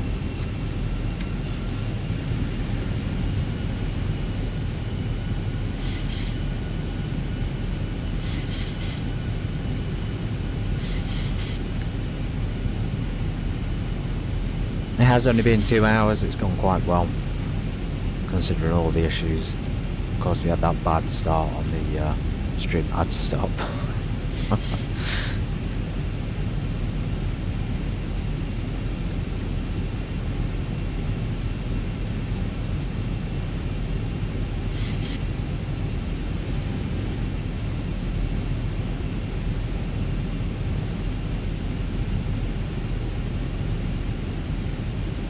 Can't see the airport. We're not even locked onto the ILS. I have got it programmed 109.5. Let's go ahead and just double check that. 109.5. We want right, so right. 109.9. 109.9.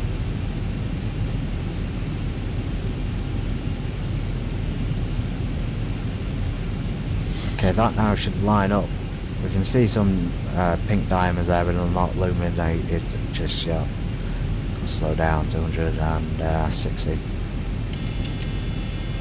Gear down and flaps down to 50.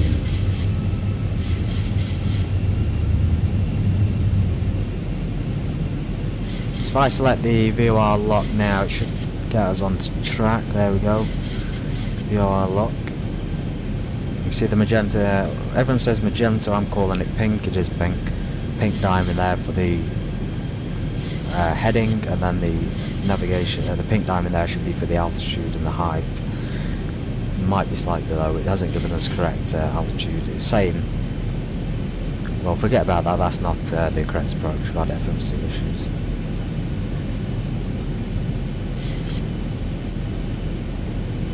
And if we can just delete legs, let's delete the whole lot.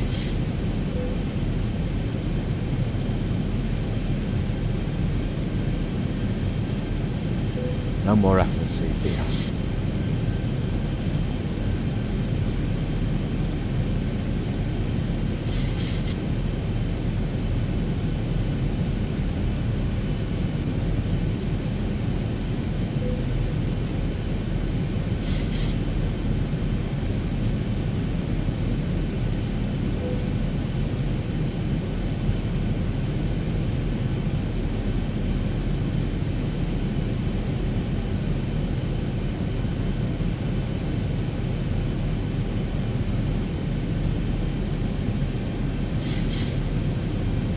Prepare for landing for the third time.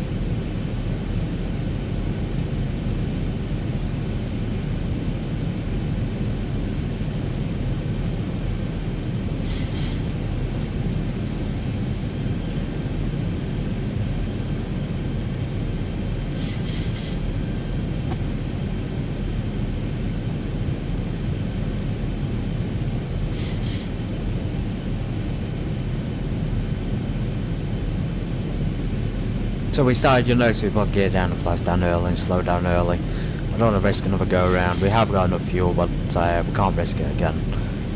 No chance. Deceleration point there, and then of course runway 25 right. Saying we're about 10 miles out. Probably put that gear down a little bit too early, so I'll retract the gear for now and just keep the wheels up until we get a bit closer. The approach is probably going to be classed as awful. That's the gear warning. Should be a way to silence that.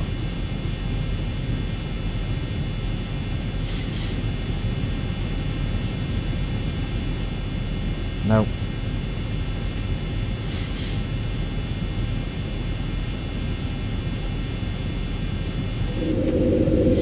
We'll put the gear back down. We're only 10 miles out. Deceleration point. If I select vertical navigation now, it should maintain a speed that so it's given us about 166, so it's about the same speed. Of course VOR locks on. As soon as the pink diamond is illuminated, that means we're all good to ILS it.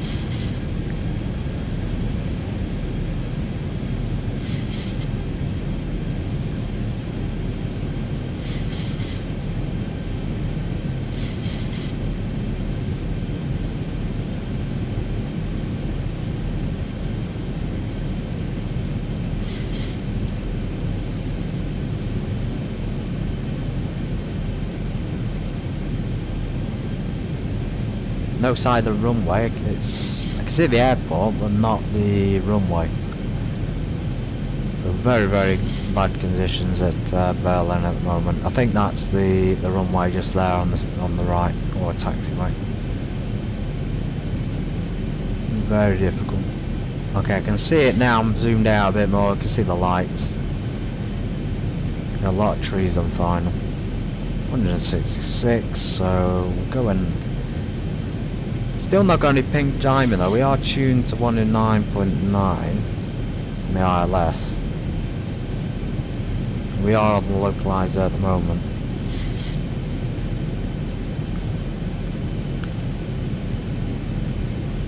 Perhaps if I click approach. Hopefully it's going to intercept that glide slope.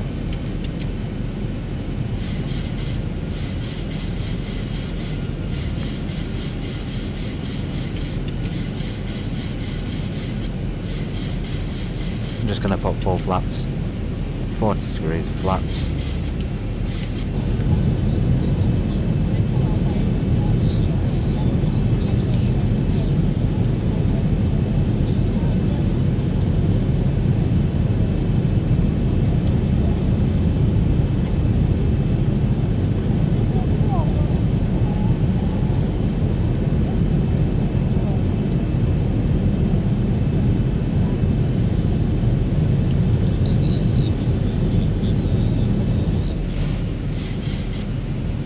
Wondering if there's some bugs with the ZIBO mod at the moment, or X.12, because there's not been any passenger announcements on well, there's been a few things going wrong. Right, so we're on the glide slope. Slowing down to 150, I think the touchdown is 148. It's looking quite good. We'll go ahead and disengage the speed.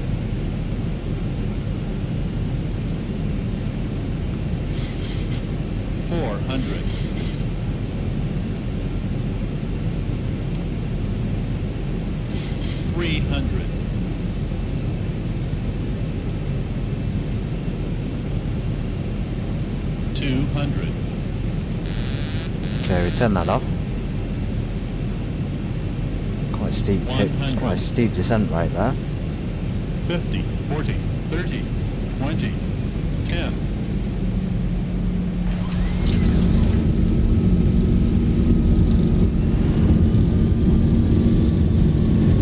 Way off the centre line. I think the autopilot had us on a too steep of a descent there. If the approach is bad, which it probably is, it's certainly the autopilot's fault. 80 knots. The glide slope had us descending about 1,000 feet a minute then. Right, we take the high speed turn off to the left. It was alright, we landed, but like I say, way off centre line, a little bit disappointed with it. Disappointed with the Germany as well in terms of the frame rate, it's lagging. Shouldn't be doing that. Not on the PC that I have. Okay.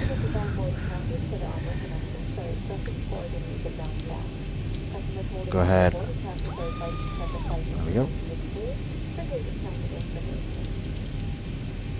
APU on. Strobes to steady. Low oil pressure there.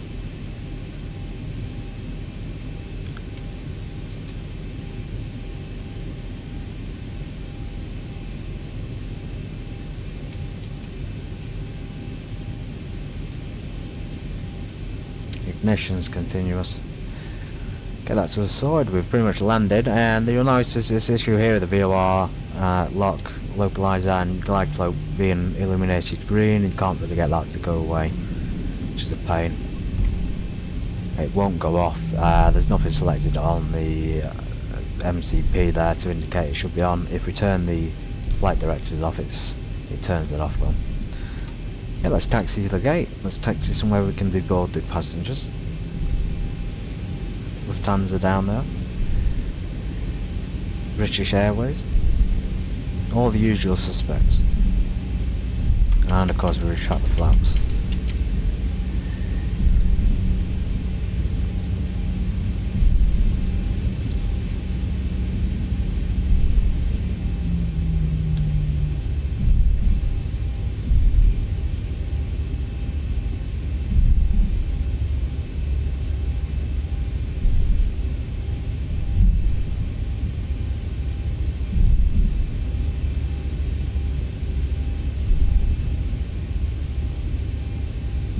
go down there. There's a Ryanair 737. We'll go and park next to that.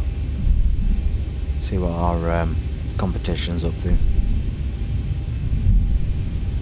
Yeah, never had the lag. I keep saying it. Please explain, or somebody fix this. The poorly optimised experience. A lot of stress on this flight. It's not been the calmest flight. I might delete the stream after this. May delete it. Okay, there is a space there. No jetways.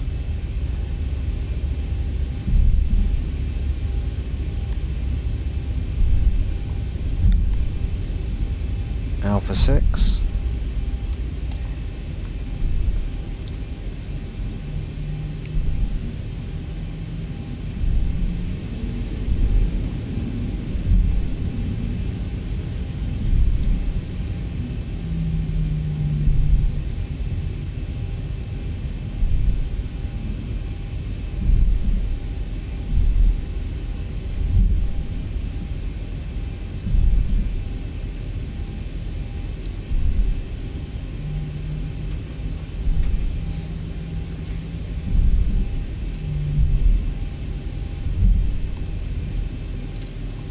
Park there. When we turn the collision beacon off, we can disembark the passengers. Well, we'll leave it on. We haven't shut the engines down. Let's shut the engines down first. Navigation steady. Switch that to the APU. Taxi lights off. Fuel pumps off. Set for 1 for the APU. I think we can leave it as is. The oil damper's gone off on its own. Window heat, pitot heat off. We're putting this in preparation for the next crew. Hopefully there's going to be a crew on. I think that's about it though. And of course transponder to standby. So approach rating was actually good. And landing was great. That's quite surprising, given the situation we just found ourselves in.